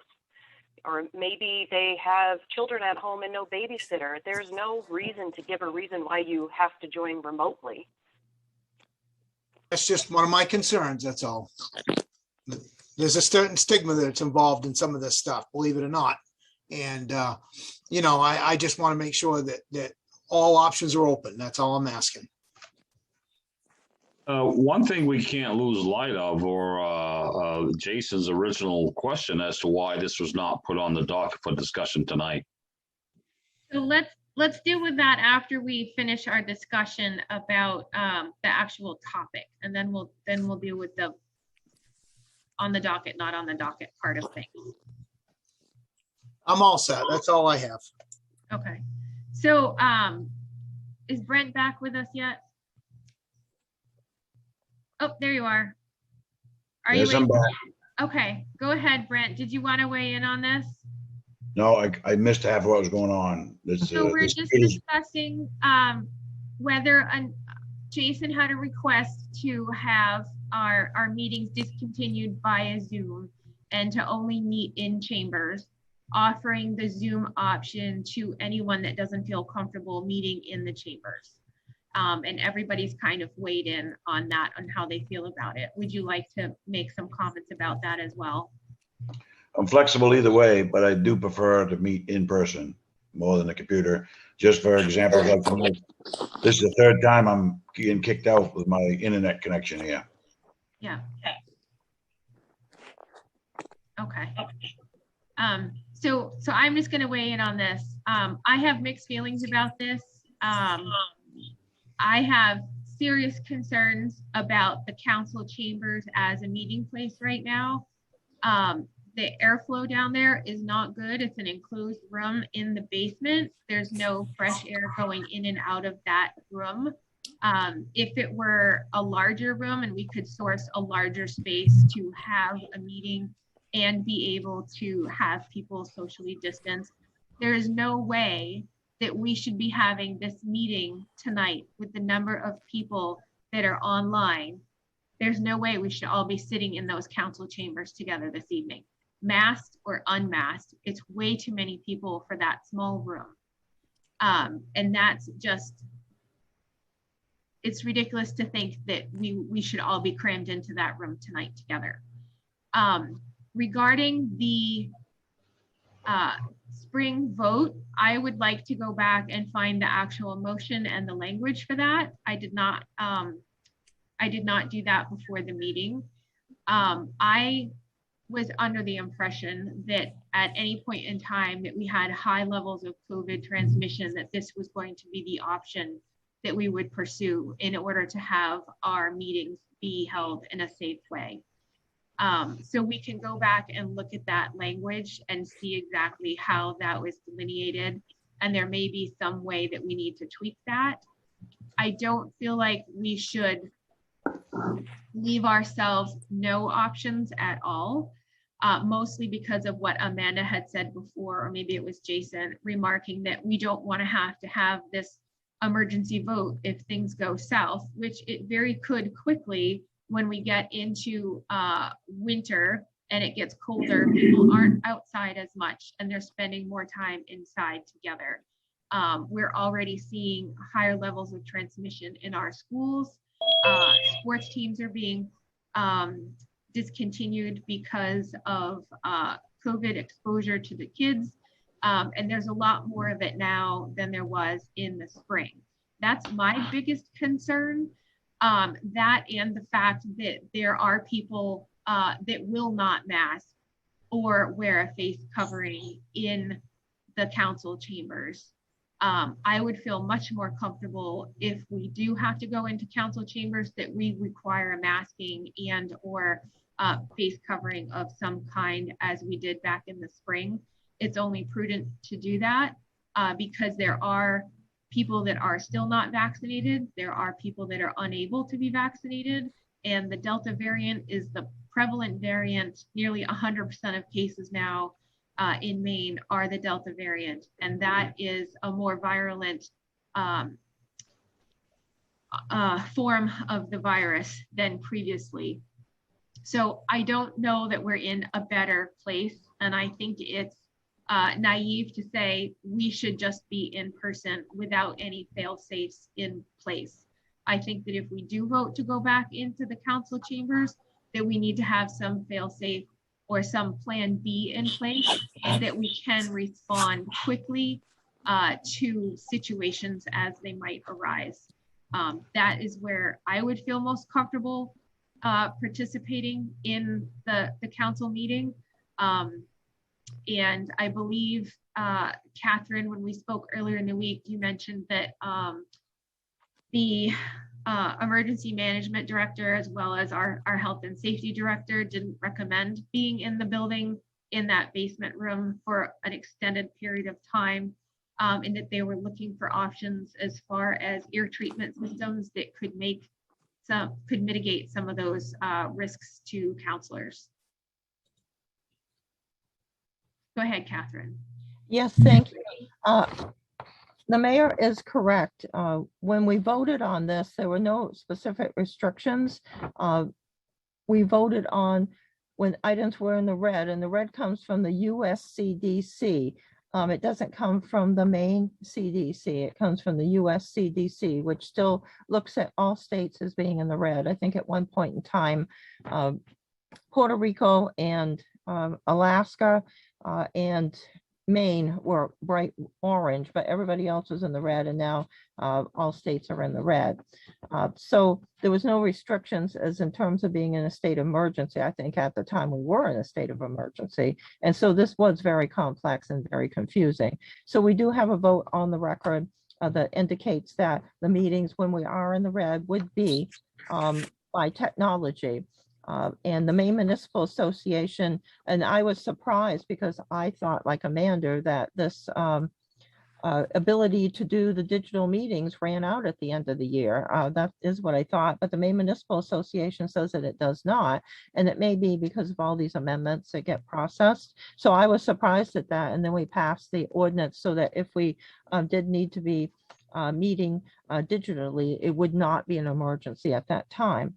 I had talked to the mayor regarding the recommendations of the EMA director and the health officer. When they heard that we might move back in the room, they were extremely concerned. That is due to the size of the room and the ventilation. The ventilation upstairs in the municipal building upstairs is excellent. Downstairs it is not. We have tried to get companies to come in to go through the whole ventilation system, but this is an older building and they've indicated they'd have to redo the whole thing and no one wants to come and look at it from the 7 phone calls that were made.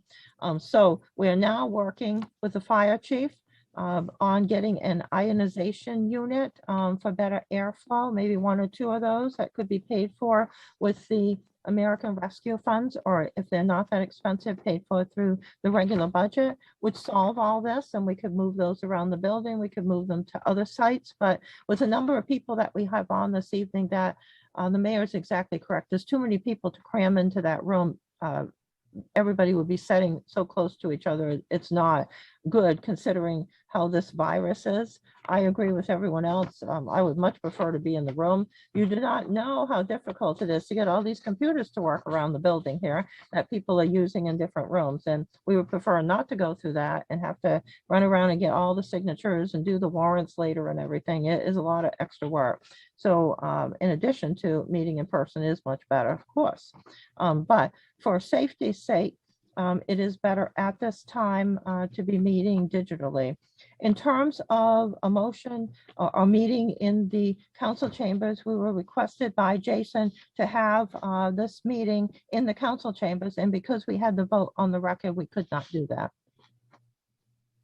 But I'd like to speak to that. yeah, if all of you want to have an item on the agenda, we can certainly do that.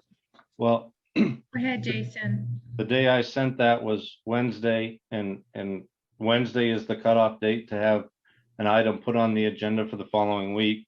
And in my email, I said I wanted to propose that all our meetings take place in person going forward, which is in line with the Maine CDC guidance. If the CDC happens to change their guidance, we should obviously follow what they are enforcing. But at that time, I said that that I wanted to propose our meetings be in person.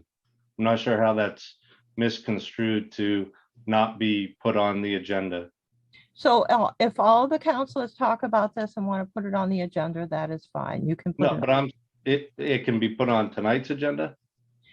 No, if you want to all do this, which you're saying that you are, we can have an agenda item, but we're going to need to know how it is to be worded, what the requirements are going to be, so that we have a proper discussion and proper notice to everyone.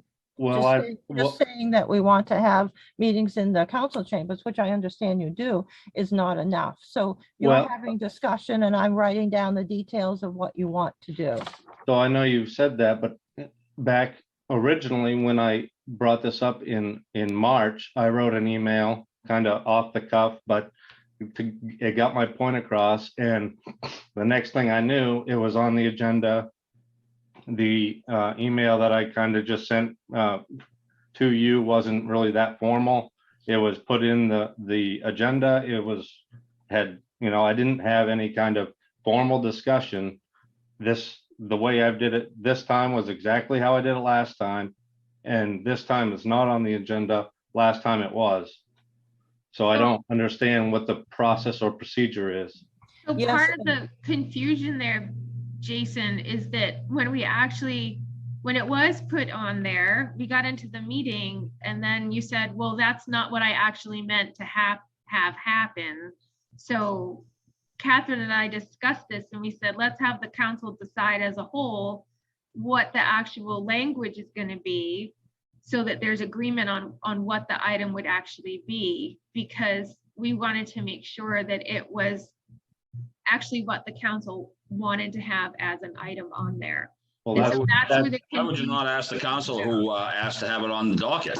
and that wasn't how it came about last time. It was on the agenda, and yeah, I was surprised it was on the agenda because I was a new counselor, didn't understand quite how it got on there, but it was on there. So I figured, okay, that's the procedure we go with.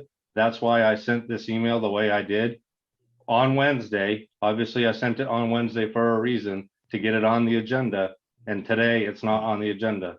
So now it's going to be on the agenda in 2 weeks. Then we got to wait another 2 weeks for it to actually get into the motion. So we'll be in mid-October before we can actually be in chambers again, when we should be in And not chambers. only that, Hold on a minute, I'm sorry, Catherine, go Jason. ahead. I was going to note, because there was so much controversy over the fact I put it on the agenda, as I thought that you wanted it on the agenda, the council needs to discuss these items to make sure that we put them on the way the whole council wants to have them. Okay, well, so that was never, nobody ever came back to me and said that that was an issue, that that we changed the way we were going to do anything. In fact, this email that I sent last Wednesday, I got no response from the town manager or the mayor or anybody else. I did ask other people not to reply to it, but I specifically emailed the manager and the mayor and got no response. So if it wasn't going to be on the agenda for tonight, I should have gotten an email saying it's not going to be on the agenda because I was doing something that was not within the procedures. So Jason, I did not respond to your email because it was an email sent out to the entire chain of counselors, but I did respond to you. You and I texted several times back and forth about this exact topic. So I don't think that's accurate that I never responded to you, because we did correspond by text regarding this. And it should have been on, there was nobody saying that it shouldn't have been on the agenda. That's my point. And I guess I would request, I need the procedure to get an item on the agenda, whatever that is in writing. I read the town charter, and we do not follow the town charter right now. Catherine? I was told the issue was addressed, so I thought it was addressed, and I'm hearing tonight it was addressed. There are no requirements in the town charter for the meetings. The requirements are in other sections, other codes, the administrative code, and I believe there's another code. It says items for a meeting filed when. So it tells me how I'm supposed to file an item for the agenda. That's the administrative code, not the town charter. But yes, there's a section regarding that. It still But tells when me how we to do did it. it, there was constant criticism and a very upset meeting. So I haven't done that since. I think that you all need to discuss the items and agree on what you want, because right now I'm hearing all this, but I'm still not sure what you want. Okay, so I guess my question is, how is there a way that this item can be addressed tonight and taken care of so that we are in person in 2 weeks? That's a question for you, Catherine. Yes, if you add an item to the agenda, which we try not to do, it can be contested because it was not listed on the agenda. And considering how controversial this is, that is not a good item to do. Who would it be contested by? It could be contested by anyone. It could be contested by other counselors. It could be contested by the public. It could be contested by employees. It could be But contested. that's by- why we put it on the agenda, so we can have this discussion. Hold on, hold on. I've had my hand up for half an hour and there've been several people talking ahead of me. Correct. Sorry, Mike. Not you, Jason, that's fine. Catherine, did you have anything else regarding the contested option? No, I've been advised by the town attorney in the past not to add items onto the agenda because there is a much better chance of items being contested by the way the regulations are worded. So we don't put items on, and it might be an emergency item, but we try not to even do that. Okay, Mike, let's go to you and then we're gonna go down to Amanda. Yeah. Okay. So I had mentioned this several years ago when I was back on the council about highlighting what this town had in place, is having meetings at the Universalist Church or at the gymnasium or at maybe a Chimbro function room or something like that. That way we still have the meetings. We highlight what the town has. I mean, this would be a perfect place to have it at the Warsaw Gymnasium. If there's an issue with having the council chambers so small, let's have it at the Warsaw Gymnasium. Let's have it at the MCI Gymnasium. Let's have it at the gazebo. I mean, I'm kind of joking there, but there are other ways around this. And the fact is that up until this past summer, those meetings have been down in that council chamber. Everyone has had masks. They've had the screens up. You've limited the people in there and you put the chairs accordingly. So what's changed? I see nothing's changed. I see no reason why we can't have the meetings back in the council chamber, if not somewhere else. And a follow-up, I was fine until Catherine had mentioned about the town attorney. Now we're talking to the town attorney about what can and can't go on the docket. It's very clear that the council has a right and citizens have a right to ask that stuff be put on the docket for discussion. But you're saying that, no, you can't now because it's going to be inflammatory or it's going to be conflicting and there's going to be arguments about it. That's why we put it on the docket. I don't understand why the town attorney is even involved with this. This is really getting out of hand. It was submitted properly per direction. Jason did what he needed to do. It was not put on the docket. I have heard no reason why it wasn't put on the docket. It should have been. Any counselor, any town person who lives in this town has a right to ask that things be put on the docket. If not, I would expect a reason why it wasn't. So to clarify, when Catherine said that the town attorney advised her not to put items on the agenda, that was in regards to adding an item during a meeting. And so it would be an unadvertised item that the council would be voting on. Excuse me. I hate to be rude, but I would ask that Catherine can respond to her own statements. You don't need to defend Catherine. Michael, could you please let me finish my sentence? She's talking about a contestable item when an item is added in the middle of a meeting and then voted on and action taken by the council. That is what the town attorney is referring to as a contested item, and that would not be a good idea to do. Not that counselors or members of the general public cannot request to have items on the agenda. So It's why two was this a different contested items item? there. You're saying it was a contested item. How can you say it's a contested item and wasn't even put on the docket for discussion? Michael, listen to what I'm saying. The town attorney is referring to if you add an item in an agenda in the middle of a meeting and a counselor votes on it, that item could be contested because it's not properly advertised to the public.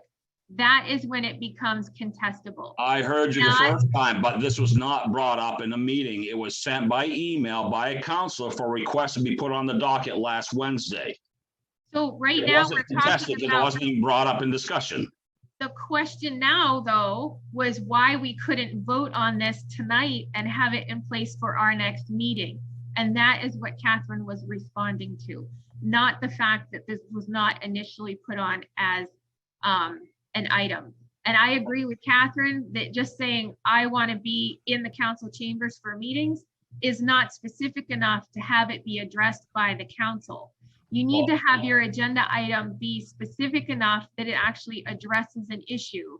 And just saying, I would like to propose, and I can read it to you, I'd like to propose that all of our meetings take place in person going You don't forward. need to read it to me. I Let know me what it finish, says. please. Let me No, finish. you don't need to read it to me. I know what it says.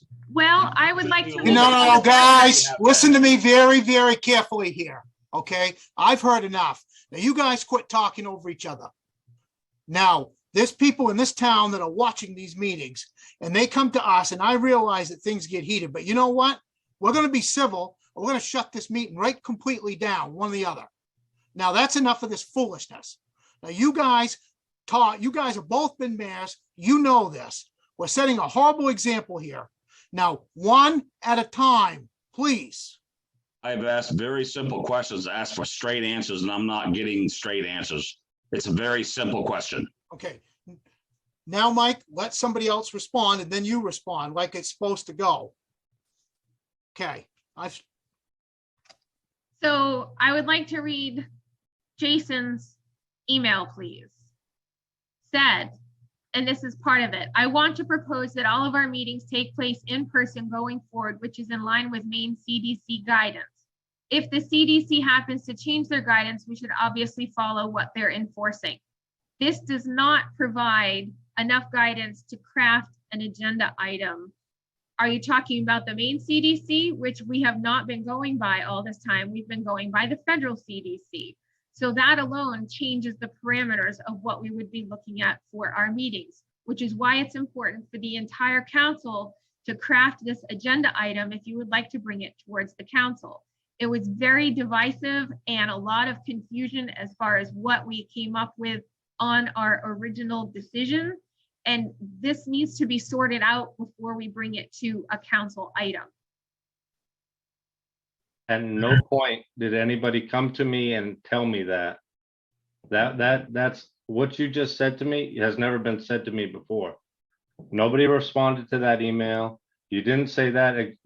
I could have redrafted that. I have plenty of people that can draft up something that's completely intelligent, it says everything I need to say and it would be on the agenda properly, but nobody come to me and told me that it wouldn't be on the agenda because I didn't word it properly this time. Although last time I worded it the same and it was on the agenda. So there's no uniformed procedure that you're following. It was poorly worded and it created a lot of discussion that didn't need to happen at the last meeting. And we were trying to avoid poorly that. worded because it was an email sent to the town manager. If she had sent this new direction that you just came back with, I would have revised what I wrote and it wouldn't have been so divisive. So let's going forward, send items to the town manager instead of sending them to the entire council where we're not supposed to respond to long email chains. No. Go ahead and send them into the town manager and then she can provide feedback on that. The No. council should not be responding to long email chains regarding those items. And that's what I told them not to. That was my mistake. But going forward, I'll do exactly what the town charter tells me to do, which actually has nothing to do with the town manager. It gets filed with the town clerk, and the town clerk puts it on the agenda item. And then the agenda gets published by the librarian. It doesn't So get published by the librarian. It gives. Excellent point, Jason. It's being given to the librarian for posting because it gets posted at the library. Okay, I misspoke one word, but you get my point. That's the procedure I'm gonna go with from now on. And I guess everybody on the council should do the same. Okay. Counselors, any additional, I can't see Amanda again. Where did you go? I'm still There you are. here. I've been waiting to be able to talk. Okay, go ahead.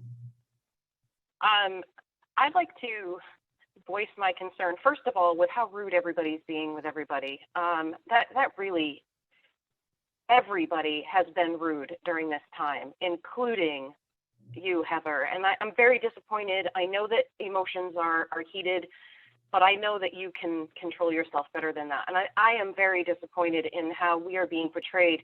We have the newspaper here listening to this stuff, you guys. This is what people are going to think about Pittsfield. We want people to come here, not to be afraid to come here because we can't get along. Now, as for the agenda item, it could have been put on as a discussion item so that we could have crafted the language instead of being left off entirely. There is no state statute that prevents us from being able to reword an item that is put on the agenda. We should have the ability. If some of this stuff is written incorrectly, we have every right to make a motion to make an amendment. And we could have done that, or at the very least had it on the agenda as a discussion item. I don't understand what the conflicting thing is here. He did exactly what we were supposed to do. It's exactly what I've done to have items put on the agenda. You send a quick email. It's worded however it's worded, because we're not told that we have to actually word it as if it's a resolution or an order or whatever. I don't know what falls under each category. I lean on our clerk and our manager to know that information. Now, if this is going to be the new process, that's fine, but we can't make it the new process until we update the administrative code, period. Because then we're going against our own policies. And that sets a very dangerous precedent. You want to talk about getting a lawyer involved, that would get lawyers involved. You want to talk about contested items, that would cause contested items. We have to follow our administrative code. If we need to update the process in the administrative code, that's fine. Let's put that on the agenda. Let's update our administrative code. But could we please be civil about it? I am very disappointed it's not on the agenda tonight. I was really looking forward to having a good conversation about it so that we could be back in chambers for those of us who wanted to be. Now, that doesn't mean that when we're back in chambers, we can fill the room with 30 people. I'm sitting in the chambers right now. There are 6 tables for the councilors on the main floor. There's a table for the mayor. We used to have a table that somebody would take notes at, but that doesn't happen anymore, understandably. And then we have the table for Catherine. And then in the middle of the floor, we have 1, 2, 3, 4 seats. If we move the table that's there, we could fit in 2 more. 6 people will be in here. First come, first serve. The rest have to join remotely. I think that's an easy solution. That's just how we can do it. There are people who need to be in person because they can't join remotely, and they should get first priority over doing this. Maybe we have a sign-up list beforehand. I don't know. There are things that we can do to make sure that our public is able to be involved. We have workshops coming up. We have finance budget stuff coming up. Our citizens absolutely need to be involved in that process. And doing it this way is not helpful to us. So I'd like to get this resolved. If it can't be on today because of potential contesting, which I still think is not following state statute, because state statute will allow you to add additional items under discussion. But if that's what we're saying, then fine. But I do want this on the next agenda, whether it's properly worded or it's something that we put as, I don't know, draft language that can be discussed. But it really, really needs to be on the next agenda, because I, like Brent, have been kicked out, and I'm in the chambers, and And I've been kicked out of this meeting 3 times already. So please, please, please put it on the next agenda. So there's no Thank you. doubt that this will be an agenda item for the next meeting. And I would just like to point out that there is actually more people participating in this meeting remotely tonight than have participated in any single council meeting in the last probably 2 years. Tim, you had your hand up? Yes, I had a question. I guess it's kind of for Catherine. If this goes out to a vote, and like I told you guys, look, this stuff is no joke, okay? I know a guy that's 73 years old that got this and he's fine. I know a 54-year-old man that got this and he died on a ventilator, okay? This stuff is no joke. And we got to be cautious and we got to be careful. I would like to see entered into that if Bernard and Donnie do, and send in some kind of a report, or at least a frame of reference as to what their concerns are about the air quality in the chambers. I'm not going to say that that's going to sway my vote one way or the other, but I would like to have that information because I think it's pertinent. I think it's something that we need in front of us, if nothing else, to chew on with all the facts in place, and then make an intelligent decision based on what we have in front of us. We have everything in front of us. I would like to see that if that's possible. Do you think that that's doable for when this resolution winds up as a resolution or a discussion item at a future meeting? Do you guys see that as an option, that we could have that, some sort of a report from either one of them or both of them, that what their concerns versus what they think is okay? I just think it would help. Catherine? Yes, that is what we had planned to do. Both Bernard and Donnie were working on this issue, as well as the ventilation in the room. I would note that, I'm sorry that there's so much argument over this. This is unfortunately what happened back when the item was originally put on the agenda, because people criticized how it was worded. And so in talking with the mayor, we thought it was best that this be talked about to see how we wanted to do it. That was the only reason why it was done that way, because there was so much criticism that I put it on the agenda in the beginning, and I was told that what I put on was not what I was supposed to put on. So I figured if we figured out what we wanted, then there would be less controversy. But I think on this issue, perhaps there will be controversy no matter what, because it's so split. So both Bernard and Donnie are working on that particular item, as well as finding, we originally tried to find very quickly, again, ventilation companies after being turned down multiple times in the past when this issue first came up. But again, you didn't have a variant that was supposedly so contagious versus the other types of COVID-19 that you had. So the warnings that are coming down from the CDC, US CDC is quite worrisome. So I agree, we need to get back into the council chambers for the budget. That's why we were criticized we didn't go to digital so quickly last year, was because we were in the middle of the budget process and wanted to make sure we didn't have budget issues. And we wanted to make sure the citizens could all participate. So this is just going around in a circle in which we're trying to make this work out, and there's just more criticism. So I would just suggest that we move forward, and we'll have some type of item on the agenda, which we had planned to do anyway if you wanted to. And Bernard, Donnie, and I will continue to work on the ventilation in the room. We had some frustrated employees trying to get that resolved earlier this year and part of last year, and companies just do not want to deal with these old systems that people have. And so we will find some other unit that will work. Now, that still will not get this many people into the room. So if you have a budget session in which we have 40 or 50 people, they're going to have to go back home and get back on digital. So, we'll have to shut down the meeting for a while to let them get on, but that's okay. Going around to other locations is a wonderful idea. In good times, that would certainly be acceptable. There are a lot of facilities that are not allowing people to go in. The last time we checked with the schools, we were not allowed to go to the school because we thought that was a solution. So as you see, this is not just putting an item on the agenda, this very complex issue, unfortunately. And I suspect it will continue to be. But yes, we will get a report. We will continue to work on the units that will clear the air better. It would be much better to be in the council chambers. Thank you.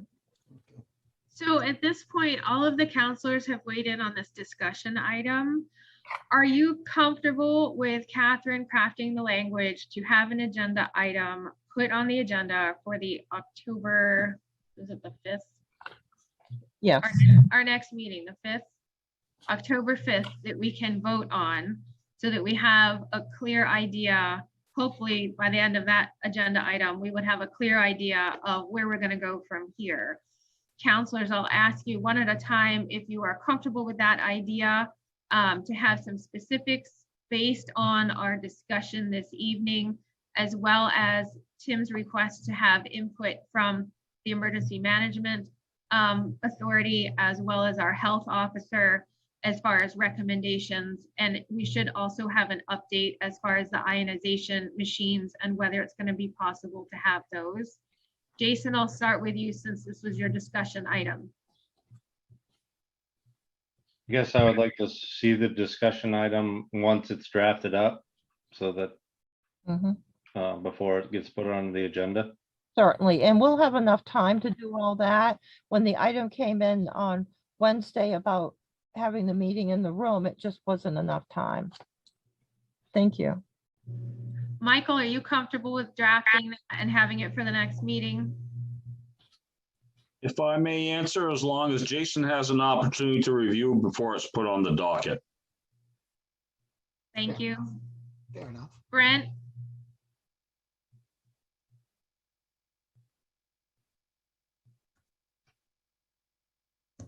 Brent, you've got your mute on. I'm okay with it. Okay, thank you. Not having a good computer night. Tim? I'm okay with that. Yeah. And if Jason wants to look at it ahead of time, I got no problem with that either. Pete? I'm definitely okay with that. Okay. Amanda? I am also very okay with that. Thank you. I'm also in agreement with that, and I definitely think that Jason should preview it first. And then we will go through the process for the next meeting. So as of right now, unless the designation changes out of the red, we'll have our next meeting via Zoom on the 5th. And committee meetings until that point will also be by Zoom. If we vote in and change the protocols at that meeting on the 5th, all subsequent meetings will be following whatever protocols we put in place at that meeting. And then we'll go from there. So at this time, I'm going to go to audience reports, and then we'll wrap up with counselor reports. Ben, I'm going to go with you because your hand has been up, and I cannot move anybody back to my first screen while your hand is up. So Ben Hall, if you could state your name and address, please. Ben Hall, Chester Street in Pittsfield. Thank God it's electronic. 43 minutes of my arm being up would have really been sore. I just want to say, I hope that we get some, I'd like to see us get some insight from qualified medical professionals. I know Donnie and Bernie are health and safety officers, but a lot of the things that have been said during this session here, I think are very inaccurate, and I think are borderline scare tactics to get certain agendas put in place. I've done a lot of research, not being a medical professional, but being on the board and dealing with 600 or 700 small kids and wanting to know my information and facts as we vote on what to do there. And I think we've painted a picture that may be inaccurate. So I'd encourage everybody to do their research and get some insight from a true medical professional. And I love the idea of using an outside entity. I'll be happy to help if I can help from the school perspective to maybe get something worked out with the school, if that's an option, because you are right. There are a lot of people on this call. A lot of people have a lot of thoughts and a lot of things to say. And obviously this format is convenient yet tough at the same time. So if there's anything I can do to help get that in place, I'd love to be a part of it and help do that. Thank you, Ben. Can you, Ben, can you give us an idea of where things stand at the school right now? Oh, did we lose him? Did he sign Nope, off? I'm still here. I just took Oh, my hand oh. down. You took a hand down, so you moved on my screen.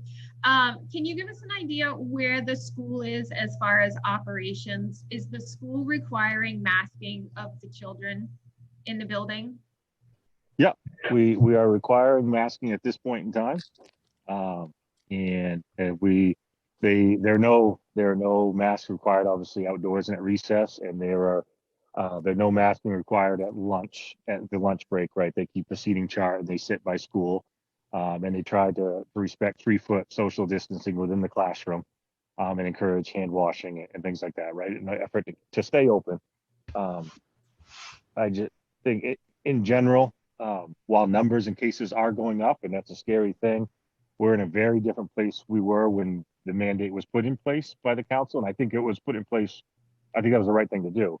I would just encourage you to look at the numbers, understand what current recommendations are, and that there are not venue limits or capacity limits or anything like that in place. And that should be indicative of kind of how the CDC views the current state of the world.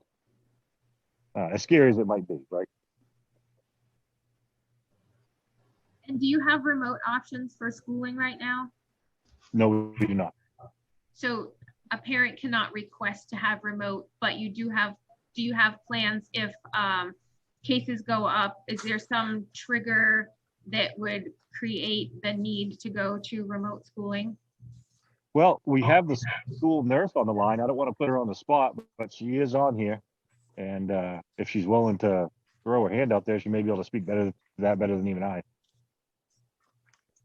Hi, yeah, this is Lindsay Holmstrom, school nurse. We do have a trigger, and it would be the CDC serving as an outbreak status kind of trigger for the district. We would be only shutting down if the CDC were to tell us that we have to.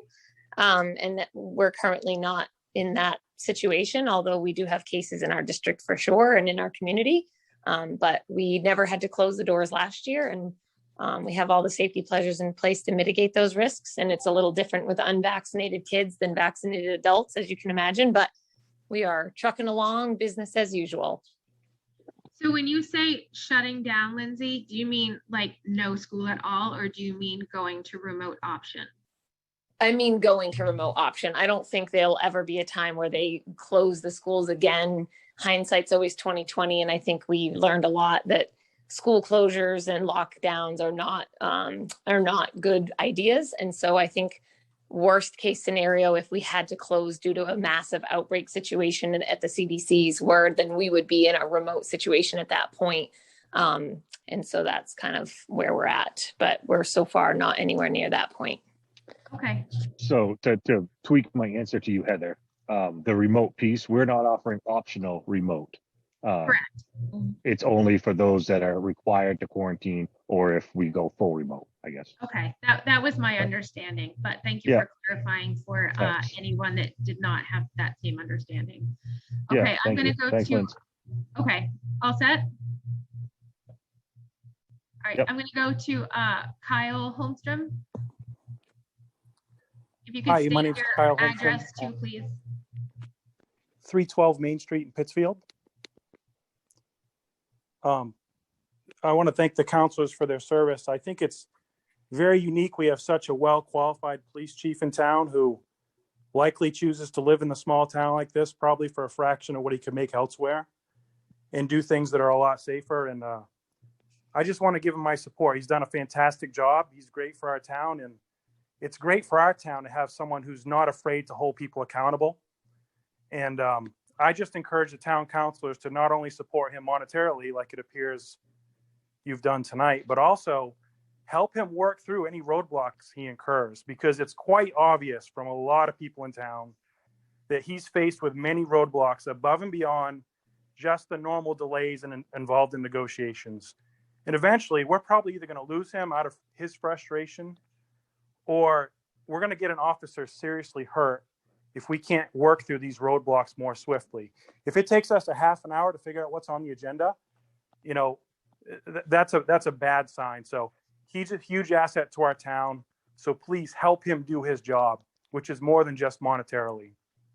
As far as meeting in person, Mayor Donahue said it's ridiculous to think a town meeting can be held in the chambers. I just like to say that I think it's ridiculous we can expect Officer Cray to walk into a risky situation by himself without a backup, or our teachers to go to work every day, but the people in this town can't attend a meeting in person. I just don't buy that. Sometimes leadership is difficult and it's not for everyone, but we've got a town with a lot of problems. We got buildings falling down, chronic turnover of town employees, no economic development plan, no loss of enrollment in our schools, terrible roads, an office which runs on the 1970s processes. So we need to get our counselors in the Vickery School gym, meeting with the town manager, and get some things done. Thank you, Kyle. You're welcome. When you have a second, if you can put your hand down just to realign things here for me, that would be great. iPad, I believe that's you, Mike Gray. Yeah, it is. I still haven't figured out how to put my name on there yet, but I'm nowhere near Pittsfield either. And I applaud the discussion that you've had, but you know, Kyle, and I live right across the street from him and on Main Street. You know, you spend a lot of time trying to resolve an issue for the agenda, but I think the big elephant in town is hiring police officers. And I can remember asking in July when you approved the $60,000 and that there were 2 police officers in the pipeline, why they weren't hired. And I guess my question is, and I heard you say, Heather, that they could be hired at that point in time. I'm wondering if not only is it a money issue, but you pick up the newspaper every day and there are a lot of towns trying to hire police officers. And I think it's a thankless job. They get way too little money. And I'm wondering if the council couldn't put their heads together and come up with some even better solutions than, you know, what's in the contract already. If 15,000 won't attract somebody, maybe 20 will. You know, and perhaps throwing money at a problem is not the right idea either, but having 2 police officers cover the entire town. And you know, I've known Mike Cray for years and years, and he's not afraid of anything. But to walk into a situation like he did was impossible. You're not going to win. So, you know, I just think that we need to be proactive and you know, if the chief can hire, and I assumed he could hire in July, then he needs to get at it and hire. That's it. Thank you. So you're showing up as Cindy, and I apologize. You told me your name earlier and I didn't write it down. Can you say your name and address again, please? Yes, my name is Nancy Bro. Thank you, Nancy. And I'm a resident of Washington Street for the past 5 years. And I've been a Pittsfield resident for 54 of my 58 years. And I wanted to bring some of my concerns to the council this evening in reference to the incident Sunday afternoon on Washington Street. First off, I've never felt so unsafe in my beloved town. And after I have watched this for the past 2.5 hours, I am embarrassed for our town. Tim, I am the irate woman that was on the phone with you today. Your mic was on before the meeting started, and I heard what you said. Next, I'd like to know what's being done now that we've had an officer hurt at this residence. I have worked several years with state police, the DA, to get this place shut down, and now we've had somebody injured, an officer injured. And I want to know what's going to be done. What can we do about shutting this house down? People have overdosed. Hey, if they want to close their doors and do whatever they want to in their house, I don't have a problem with that. But when it comes outside, That's when I have a problem. The second issue I have with that lot, the two houses. The first house, I welcome anybody to ride by it if you dare. It looks like it's collapsing. I've been told there's no floors. You walk through the door, you see a dirt floor, and you look up and you see the rafters. This house is going to collapse. And I'd like somebody to do some type of inspection on it because it is a health issue, a safety issue for the people on this street and for the people that live in the other house who seem to use that White House a lot. And I was also told that at one time those houses had been condemned. I don't know the history of them, but I'm just wondering why we can't take a look at that front house and maybe condemn it or see if we can give it to the fire department, something. My third issue is, what are we supposed to do in the interim to stay safe on this street? This is a violent drug addict. This is not the first time anybody has had issues with him. 2, 3 o'clock in the morning, he's out in the street yelling, "Help me," whether he has his clothes on or not. It needs to end. Enough people have died, enough people have overdosed. What do we do to keep ourselves safe when we don't have the cops to respond to an incident like this? And kudos to Mike Cray.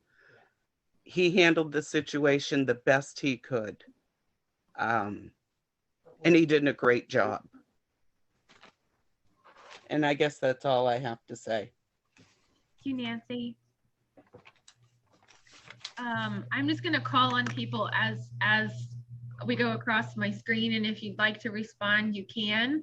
I have something popped up that says Margot's iPhone. Would you like to make any comments?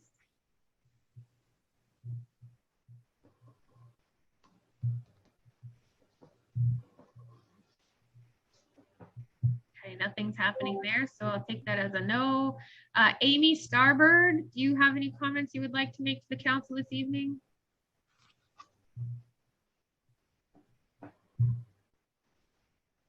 Heather? Yes, Tim. I'm going to have to leave in about 5 minutes because I'm going to be late for work if I don't.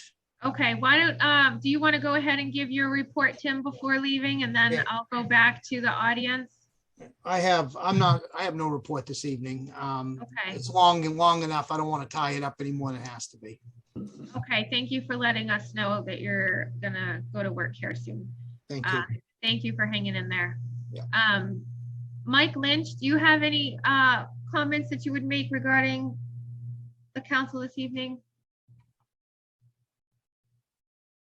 Hi there. You know, I'm sorry, can you state your name and your address for the record? okay, sorry, you called on me, so I thought you knew who I was. Well, I do, but nobody else does, I don't think. I am Michael Lynch. I live at 36 Phillips Corner Road. I have many concerns about what I'm seeing going on in this community over the last several months. I have been tapped as the voice of Pittsfield on many occasions, and it's getting harder and harder to sell all of the wonderful attributes we have. And I'm tired of the excuses that have continued even tonight.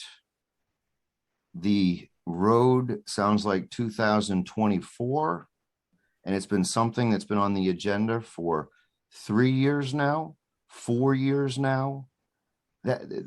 Some of this comes from the leadership the council is in charge of. I'm sorry if I've lost your attention, Heather. I'm trying to speak to the mayor as well as the council here.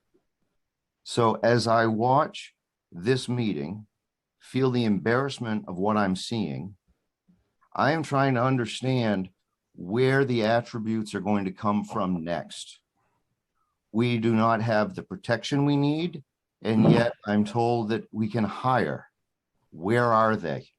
Why was the offers not made months ago when these problems began? Why are we taking hours to get to a point on whether an issue can be on an agenda or not?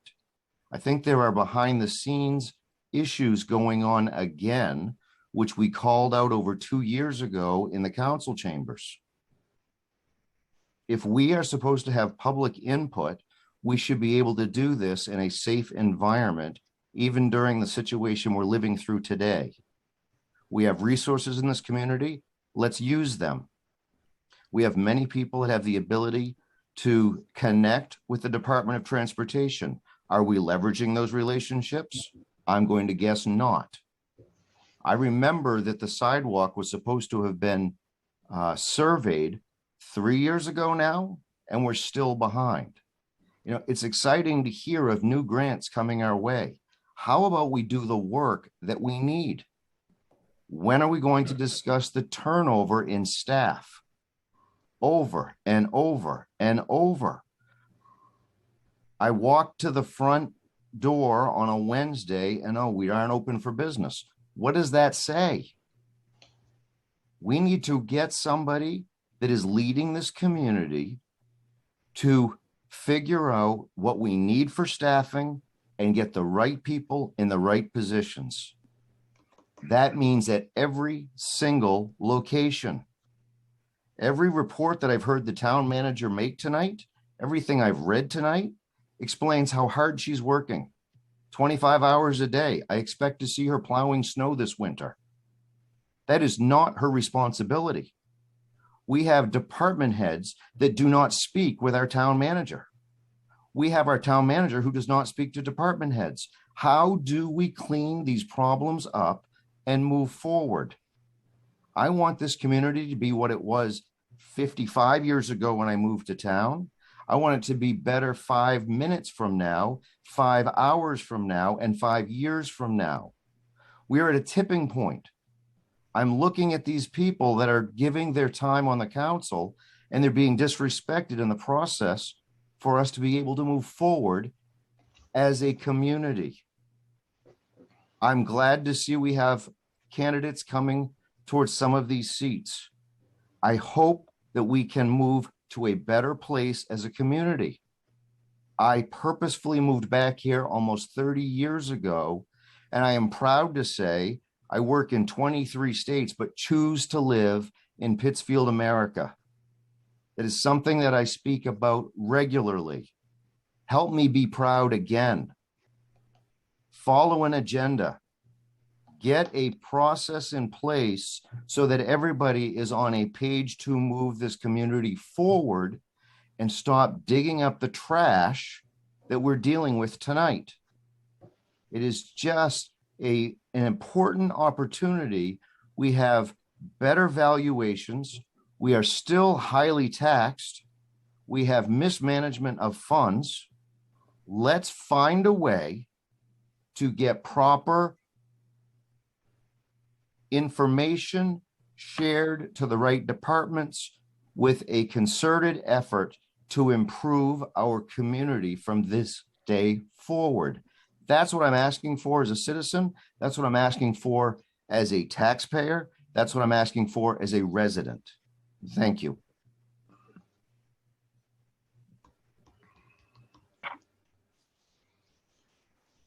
Caitlin, the Morning Sentinel, you're next on my square here. Do you have any questions?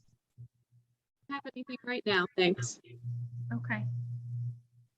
I have someone, it's named PTFAR. Do you have any comments you'd like to make?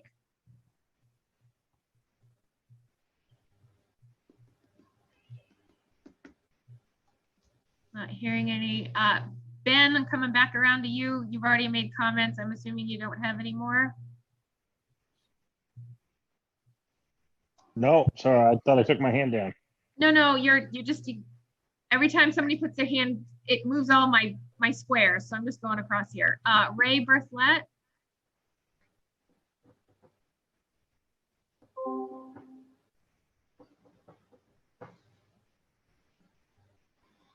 Not hearing anything from Ray.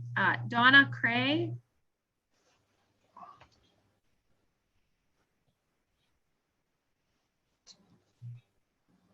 Not hearing anything there. Michael Dugas.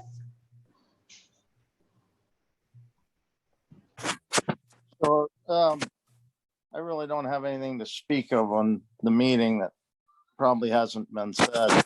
I do have, Catherine, you and I spoke, probably a month or more ago about me cutting some trees near the discontinued railroad bed. Yeah. And I was wondering if you've come up with any information on that I can relay back to Linkletter and Son. Again, I just want to thin that out. Matter of fact, some of the trees that are on, well, I guess, I don't know if we'd call it shared property or not. I use it a lot. My golfers do. On my 9th hole, MCI planted, pine trees back in the day that have kind of outgrown their existence. And those obviously would be part of what I want to take. So I just didn't know if you had any guidance for me there, or it's something where I need to go to the planning board, or how I need to proceed there. I just want to make sure I have an answer. Yes, very good. In terms of an answer, as I had noted to you, I was looking through the town documents when I was doing the search for all of the freedom of access items that we were requested. I did not find any information in those documents. I've made phone calls to the railroad company, so I'm waiting for an answer. I believe it is a 4-rod area along that stretch, but I need to confirm that. And I understand the importance of you having the work done. I think it'll be great. Yeah. And do it. When I'd spoken to, I believe it's Alan Linkletter, he had done some research and he thought it was 30 feet from the center line. Chris, and he does this. I mean, they do this for a living. So, I really didn't have any reason to dispute what he came up with in his search. So I'm not sure if that helps or hurts or. Yeah, I think he. I guess what I'm looking for is for either you or the council or the planning board to say, you know what, Mike, if you take that tree within that right of way, you're not going to hurt anything. It was potentially going to fall down across the railroad bed anyway. Well, Mike, that tree's almost on your golf course. Matter of fact, you maintain that area as part of RUF. Yeah, we don't mind you taking that tree. So it's definitely not going to be a clear cut scenario where I'm just going to wipe the thing out and you're going to be able to look, from one side of our property up to the interstate. But what I would like to do is get, bad trees out of there and allow for the ones that aren't overhanging the railroad bed or overhanging the golf course that are eventually going to fall, creating work for the ATV trail, snowmobile trail, and for me. Yes, thank you, Michael. I think you have a very good plan. Linkletter's thinking that it's 30 feet from the center line. A 4-rod road would be 33 feet from a center line. So I think that we're going to be fine. I would like to make one last phone call to the railroad company to see if we can get the wide plans that will show us exactly what this is. And then you could look at them and have a copy and feel comfortable, or your company could. But thank you. Well, I think what he's looking for, Catherine, is he's looking for, if it is the 33 feet, he's looking for somebody from the town to give him a blessing as to it's okay to take that tree. It's okay to take, you know what I'm saying? Yeah. So it's not so much the understanding of it. He just doesn't want to take a tree and then have the town come back to him and say, well, why'd you take that? We didn't authorize you to cut that. We can take care of both things at once. I think it's a great project. Yeah, thank you. Thank you. Thanks, Heather. Thanks, Mike. Elizabeth Ross, do you have any comments for the council this evening?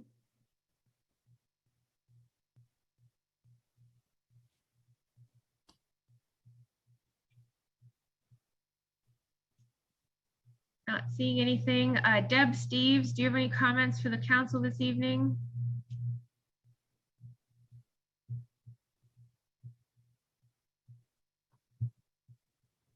Adam Ross, do you have any comments for the council this evening?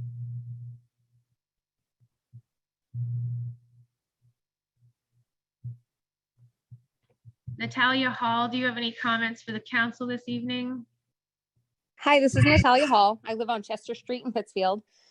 I just have a couple comments. I'd like to say I work in healthcare in the state of Maine. I have for 15 years, and I support what Jason Hall had to say. I think we're in a time where things are tough, but we also have to think outside the box. So, you know, if we have options for in-person meetings, if we can meet outside, if we can look at larger spaces, let's consider that. Rather than shut it down, let's consider that. That's what the hospitals in the state of Maine are doing. I know we can do the same. I'd like to echo what Kyle Holmstrom said. I support Chief Bickmore. I think he's doing an incredible job in this town. I have never seen a chief in this town care as much for our town as he does. Love him, support him. And then lastly, my heart breaks for Officer Cray. Thinking of him and just thankful for his service. He does great things for our community and our kiddos. So thinking of him tonight. Thank you. Thanks, Natalia. Chief Bickmore, do you have any comments you'd like to make this evening? No, ma'am. Thank you. Counselors, I think I'm down to one screen. I think we lost a couple people. Did we lose Amanda? Oh, she's still on, I think. Still here.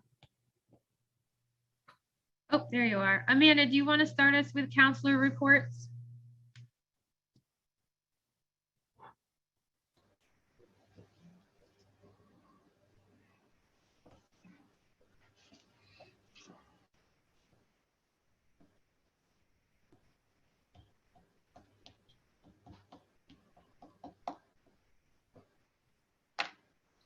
Maybe we could circle around until she has her phone straightened around. Can you hear me now? Yep. You can hear me? Yes. Yes, you can. Oh, thank goodness. I got frozen again and booted again. So first, I would like to take a moment to say thank you to all of the citizens who attended our meeting today. I know that I really appreciate your participation and your input. I'm sure the rest of the council feels the same way. And we're here to serve you, so please keep coming so that we know how you feel about what decisions are being made for the town.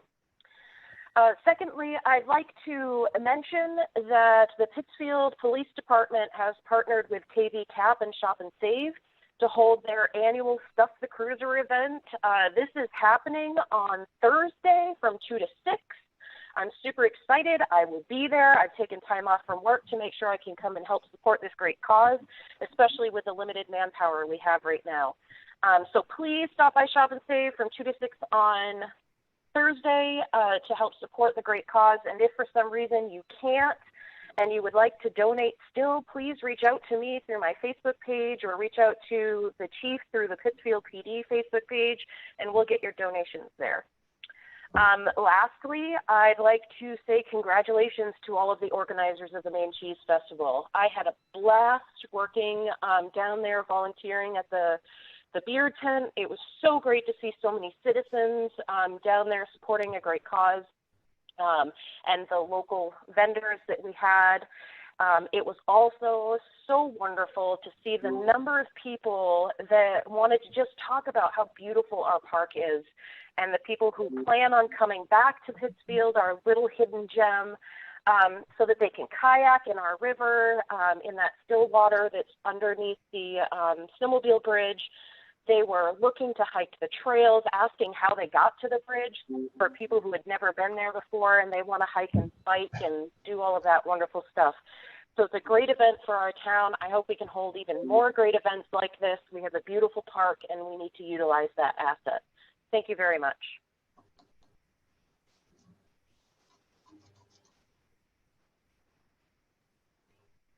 Thank you, Amanda. Oh, geez, everybody's moving around. Mike, let's go to you for council report. All right, thank you, Heather. I just wanted to thank everyone that showed up for this meeting. Man, you kind of took my thunder there. That was something that I've always had mentioned because many times the council outnumbered the people in the audience 7-0 many times. So I appreciate everyone that's on this call. Thank you very much for your time. And I will reiterate, it's very important that everyone takes part. It's actually, and I may be misquoting here, but I believe it may have been Thomas Jefferson that said, "It's not only is our right, it's our responsibility to exercise and defend democracy." So thank you all very much.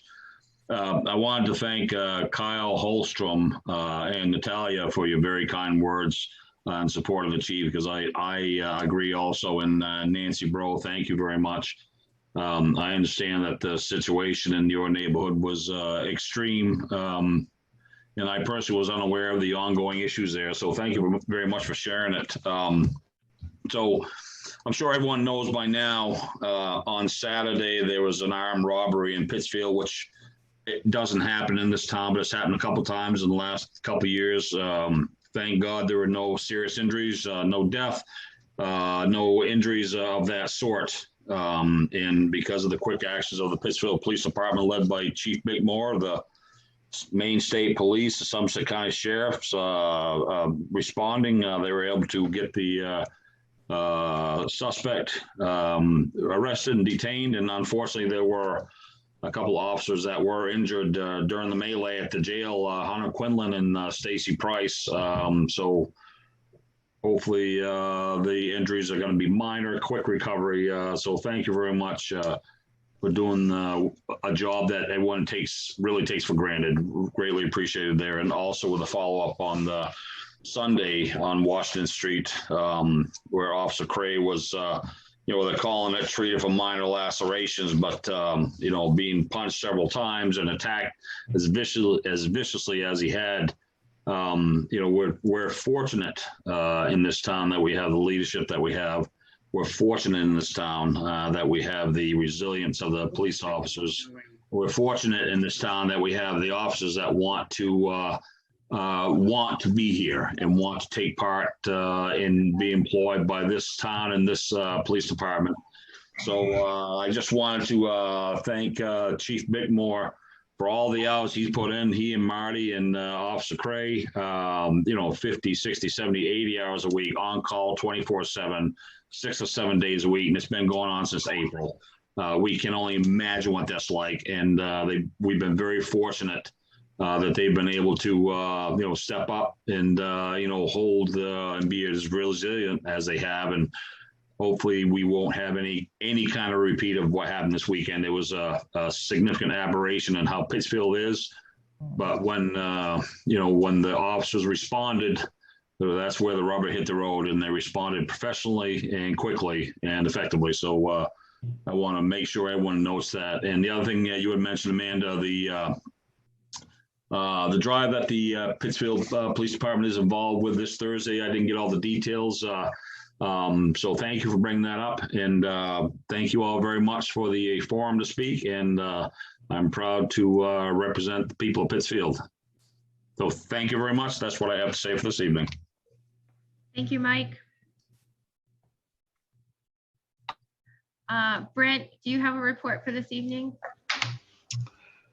The only thing I'd like to say is there's been a lot said tonight. And if you step back and actually look at the group, we need to stop and think what we're doing. We're supposed to be a team here that tries to do stuff for the benefit of the town and the people that live in this town. But yet, lots of times we end up getting astray, arguing over individual stuff, our own wants or clarifications, or I didn't get this, I didn't get that. Step back and compromise, and it's supposed to be a team effort. That's the only thing I'd like to say. So by the time the next meeting comes, stop and think of that, to accomplish something good for this town instead of argue over nonsense. That's it. Thank you, Brent.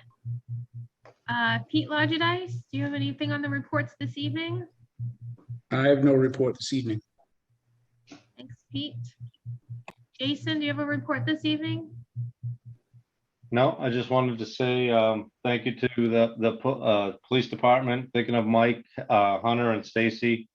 Hopefully they recover quickly and can get back to work. We definitely need them. So, but beyond that, no, I'm all set. Thank you. Thank you. I have a couple things I'd like to say. Number one, our council is very diverse and we kind of reflect the world because that's just the way it works. You know, we're all individuals. We all have our own ideas. We all have our own values. And we're also people, so we're also flawed. And none of us are immune to that. And Jason, if I misunderstood what your goals were as far as the item, not if I understood, I misunderstood your goals and what you wanted for the item on the council agenda. And I should have made sure that we crafted that with your input and made sure that it was on there. So you are correct. And we should have had it on there for this evening. But we do need to be very careful and make sure that when we're crafting these agenda items, that they are reflective of something that the council will take action on so that we don't have these long discussions because it's not terribly productive. So you have my apologies for not making sure that we had that straightened out ahead of time and put that on the council agenda. And I'm hoping that based on the feedback from all of the counselors this evening, that we have an accurate item crafted for our October meeting and that we're able to come up with a plan to move forward and be able to meet in a safe way. I think it's a great idea to be able to find other venues to be able to do our meetings safely and be able to accommodate a large number of the general public that would like to attend the meetings. In the past, last year, that was a struggle. We did not have any spaces available to us in town in order to do that. And based on feedback from counselors, specifically sitting on this council, we were told that they wanted to use technology more. And so Zoom was the option that we went to in order to do that. And so that's how we find ourselves here tonight, by using this forum. It's also been accepted in businesses and schools and all different manner of applications in order to gather people together in a way that is safe, that's socially distanced, and that meets the needs of the organization. Is it messy? Yes. Do people get kicked off? Yes. Do things freeze? Yes. It's not a perfect system, and it's certainly better to be able to meet in person. But I think the primary thing that we need to be thinking about is not convenience here. We need to be thinking about the safety of everyone involved. And when we're talking about putting a lot of people in a small room, we need to find other options before we do that. Based on the feedback from tonight, I'm expecting to have more people join us as we go into our budgeting process, as Amanda said. So we do need to figure this out, and we need to do that in conjunction with our emergency management staff and our health and safety personnel. Those are certainly things that we need to do and we need to work on, and those things are already in process. I would also ask that the council be open to keeping some type of emergency type of operations in mind, so that if things do go south, which they have the ability to change quickly, we are not in a very predictable world right now. We need to be able to respond and still be able to meet in a safe way. And we also need to keep each other safe in that as well. We're talking about having our budgetary meetings coming up. That's all the counselors, a couple of our department heads, our town manager, maybe some of our safety personnel, all gathered in the same room with members of the general public. Some may or may not be vaccinated. Not everybody will wear masks. That's a recipe for disaster if we have multiple people in our town office administration and our department heads that are all exposed. So it's something that we really need to be thinking about and have in the back of our heads of how we can mitigate those types of exposures. It's not, I mean, I hear a lot of people talk about agendas and pushing different agendas. My agenda is to keep our town government functioning and not to put us in a position where we end up with people in the hospital or home severely sick because of a push to have meetings in person that don't meet the common sense type of mitigation things that we need to be doing right now. That we're still in the middle of a pandemic. This isn't over. It might get worse. We don't know. And I think we need to plan for that. I also want to say that I was a little dismayed on Facebook this afternoon. I saw some people commenting about we were meeting by Zoom. And the only reason we were meeting by Zoom is because we didn't want to hear from the public, that we didn't want to see them, that we didn't want them to know what was going on. One of the reasons primarily that we're meeting by Zoom is so that the public can still be able to have input. If it were truly the case that we didn't want to hear from you or have you know what was going on, we would not have the televised meetings. We would not have the Zoom options. The Zoom option is the way that people can participate and make comments during the meeting like they did tonight. If we didn't have this option, a lot of people would not have been able to attend the meeting tonight.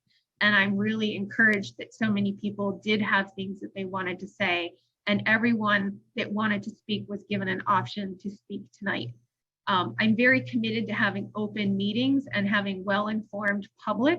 And that is something that I've spoken about numerous times over the past several years. And part of the reason why we actually have the town hall streaming to begin with is so that we can have people be informed about what's going on. There's a lot of questions tonight about all of the different items that were negotiated on behalf of the police department with the union and things like that.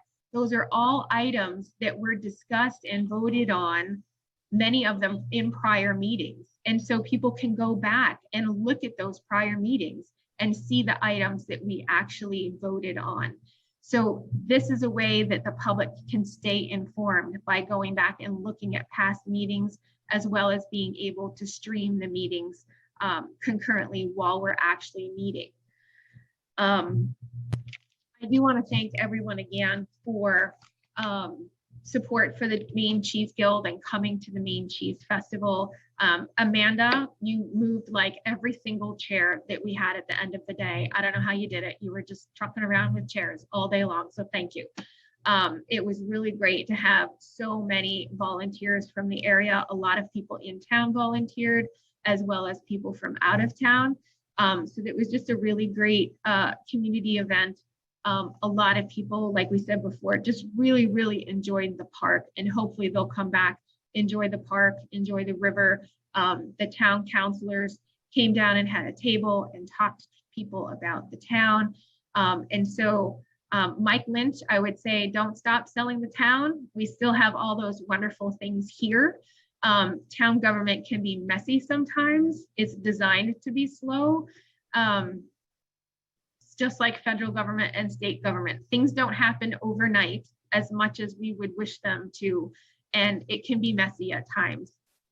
This is a small town, and I would like to think that we're a family of 4,500 or so people, and that sometimes we have disagreements, but we still need to find a way at the end of the day to sit around the kitchen table and talk to each other. And I'm hoping that that is the attitude that prevails out of this meeting, is that we move forward in a more conducive way in order to move the town forward. And I look forward to a productive budget season, setting goals for the town. I think that with the agreement that we approved this evening, the police department has additional tools in its toolbox in order to do recruitment. And I'm hoping that the recruitment and the offers of employment are sent out soon so that we can get more officers on board. Our officers serve valiantly, and they certainly go above and beyond the call of duty right now. And that is certainly something that we need to celebrate in the dedication that we have in all of our officers. And with that, I will ask for a moment or a resolution, a movement. What is it called? I'm really tired. Adjourn.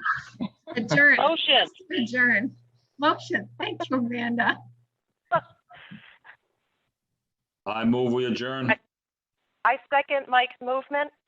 I think it's a fantastic idea. Anybody object to adjourning? All right, we are done. We are adjourned. Thank you, everyone, and we'll see you next week for finance and ordinance, and 2 weeks for council on the 5th. Have a good evening. Yep, thank you all.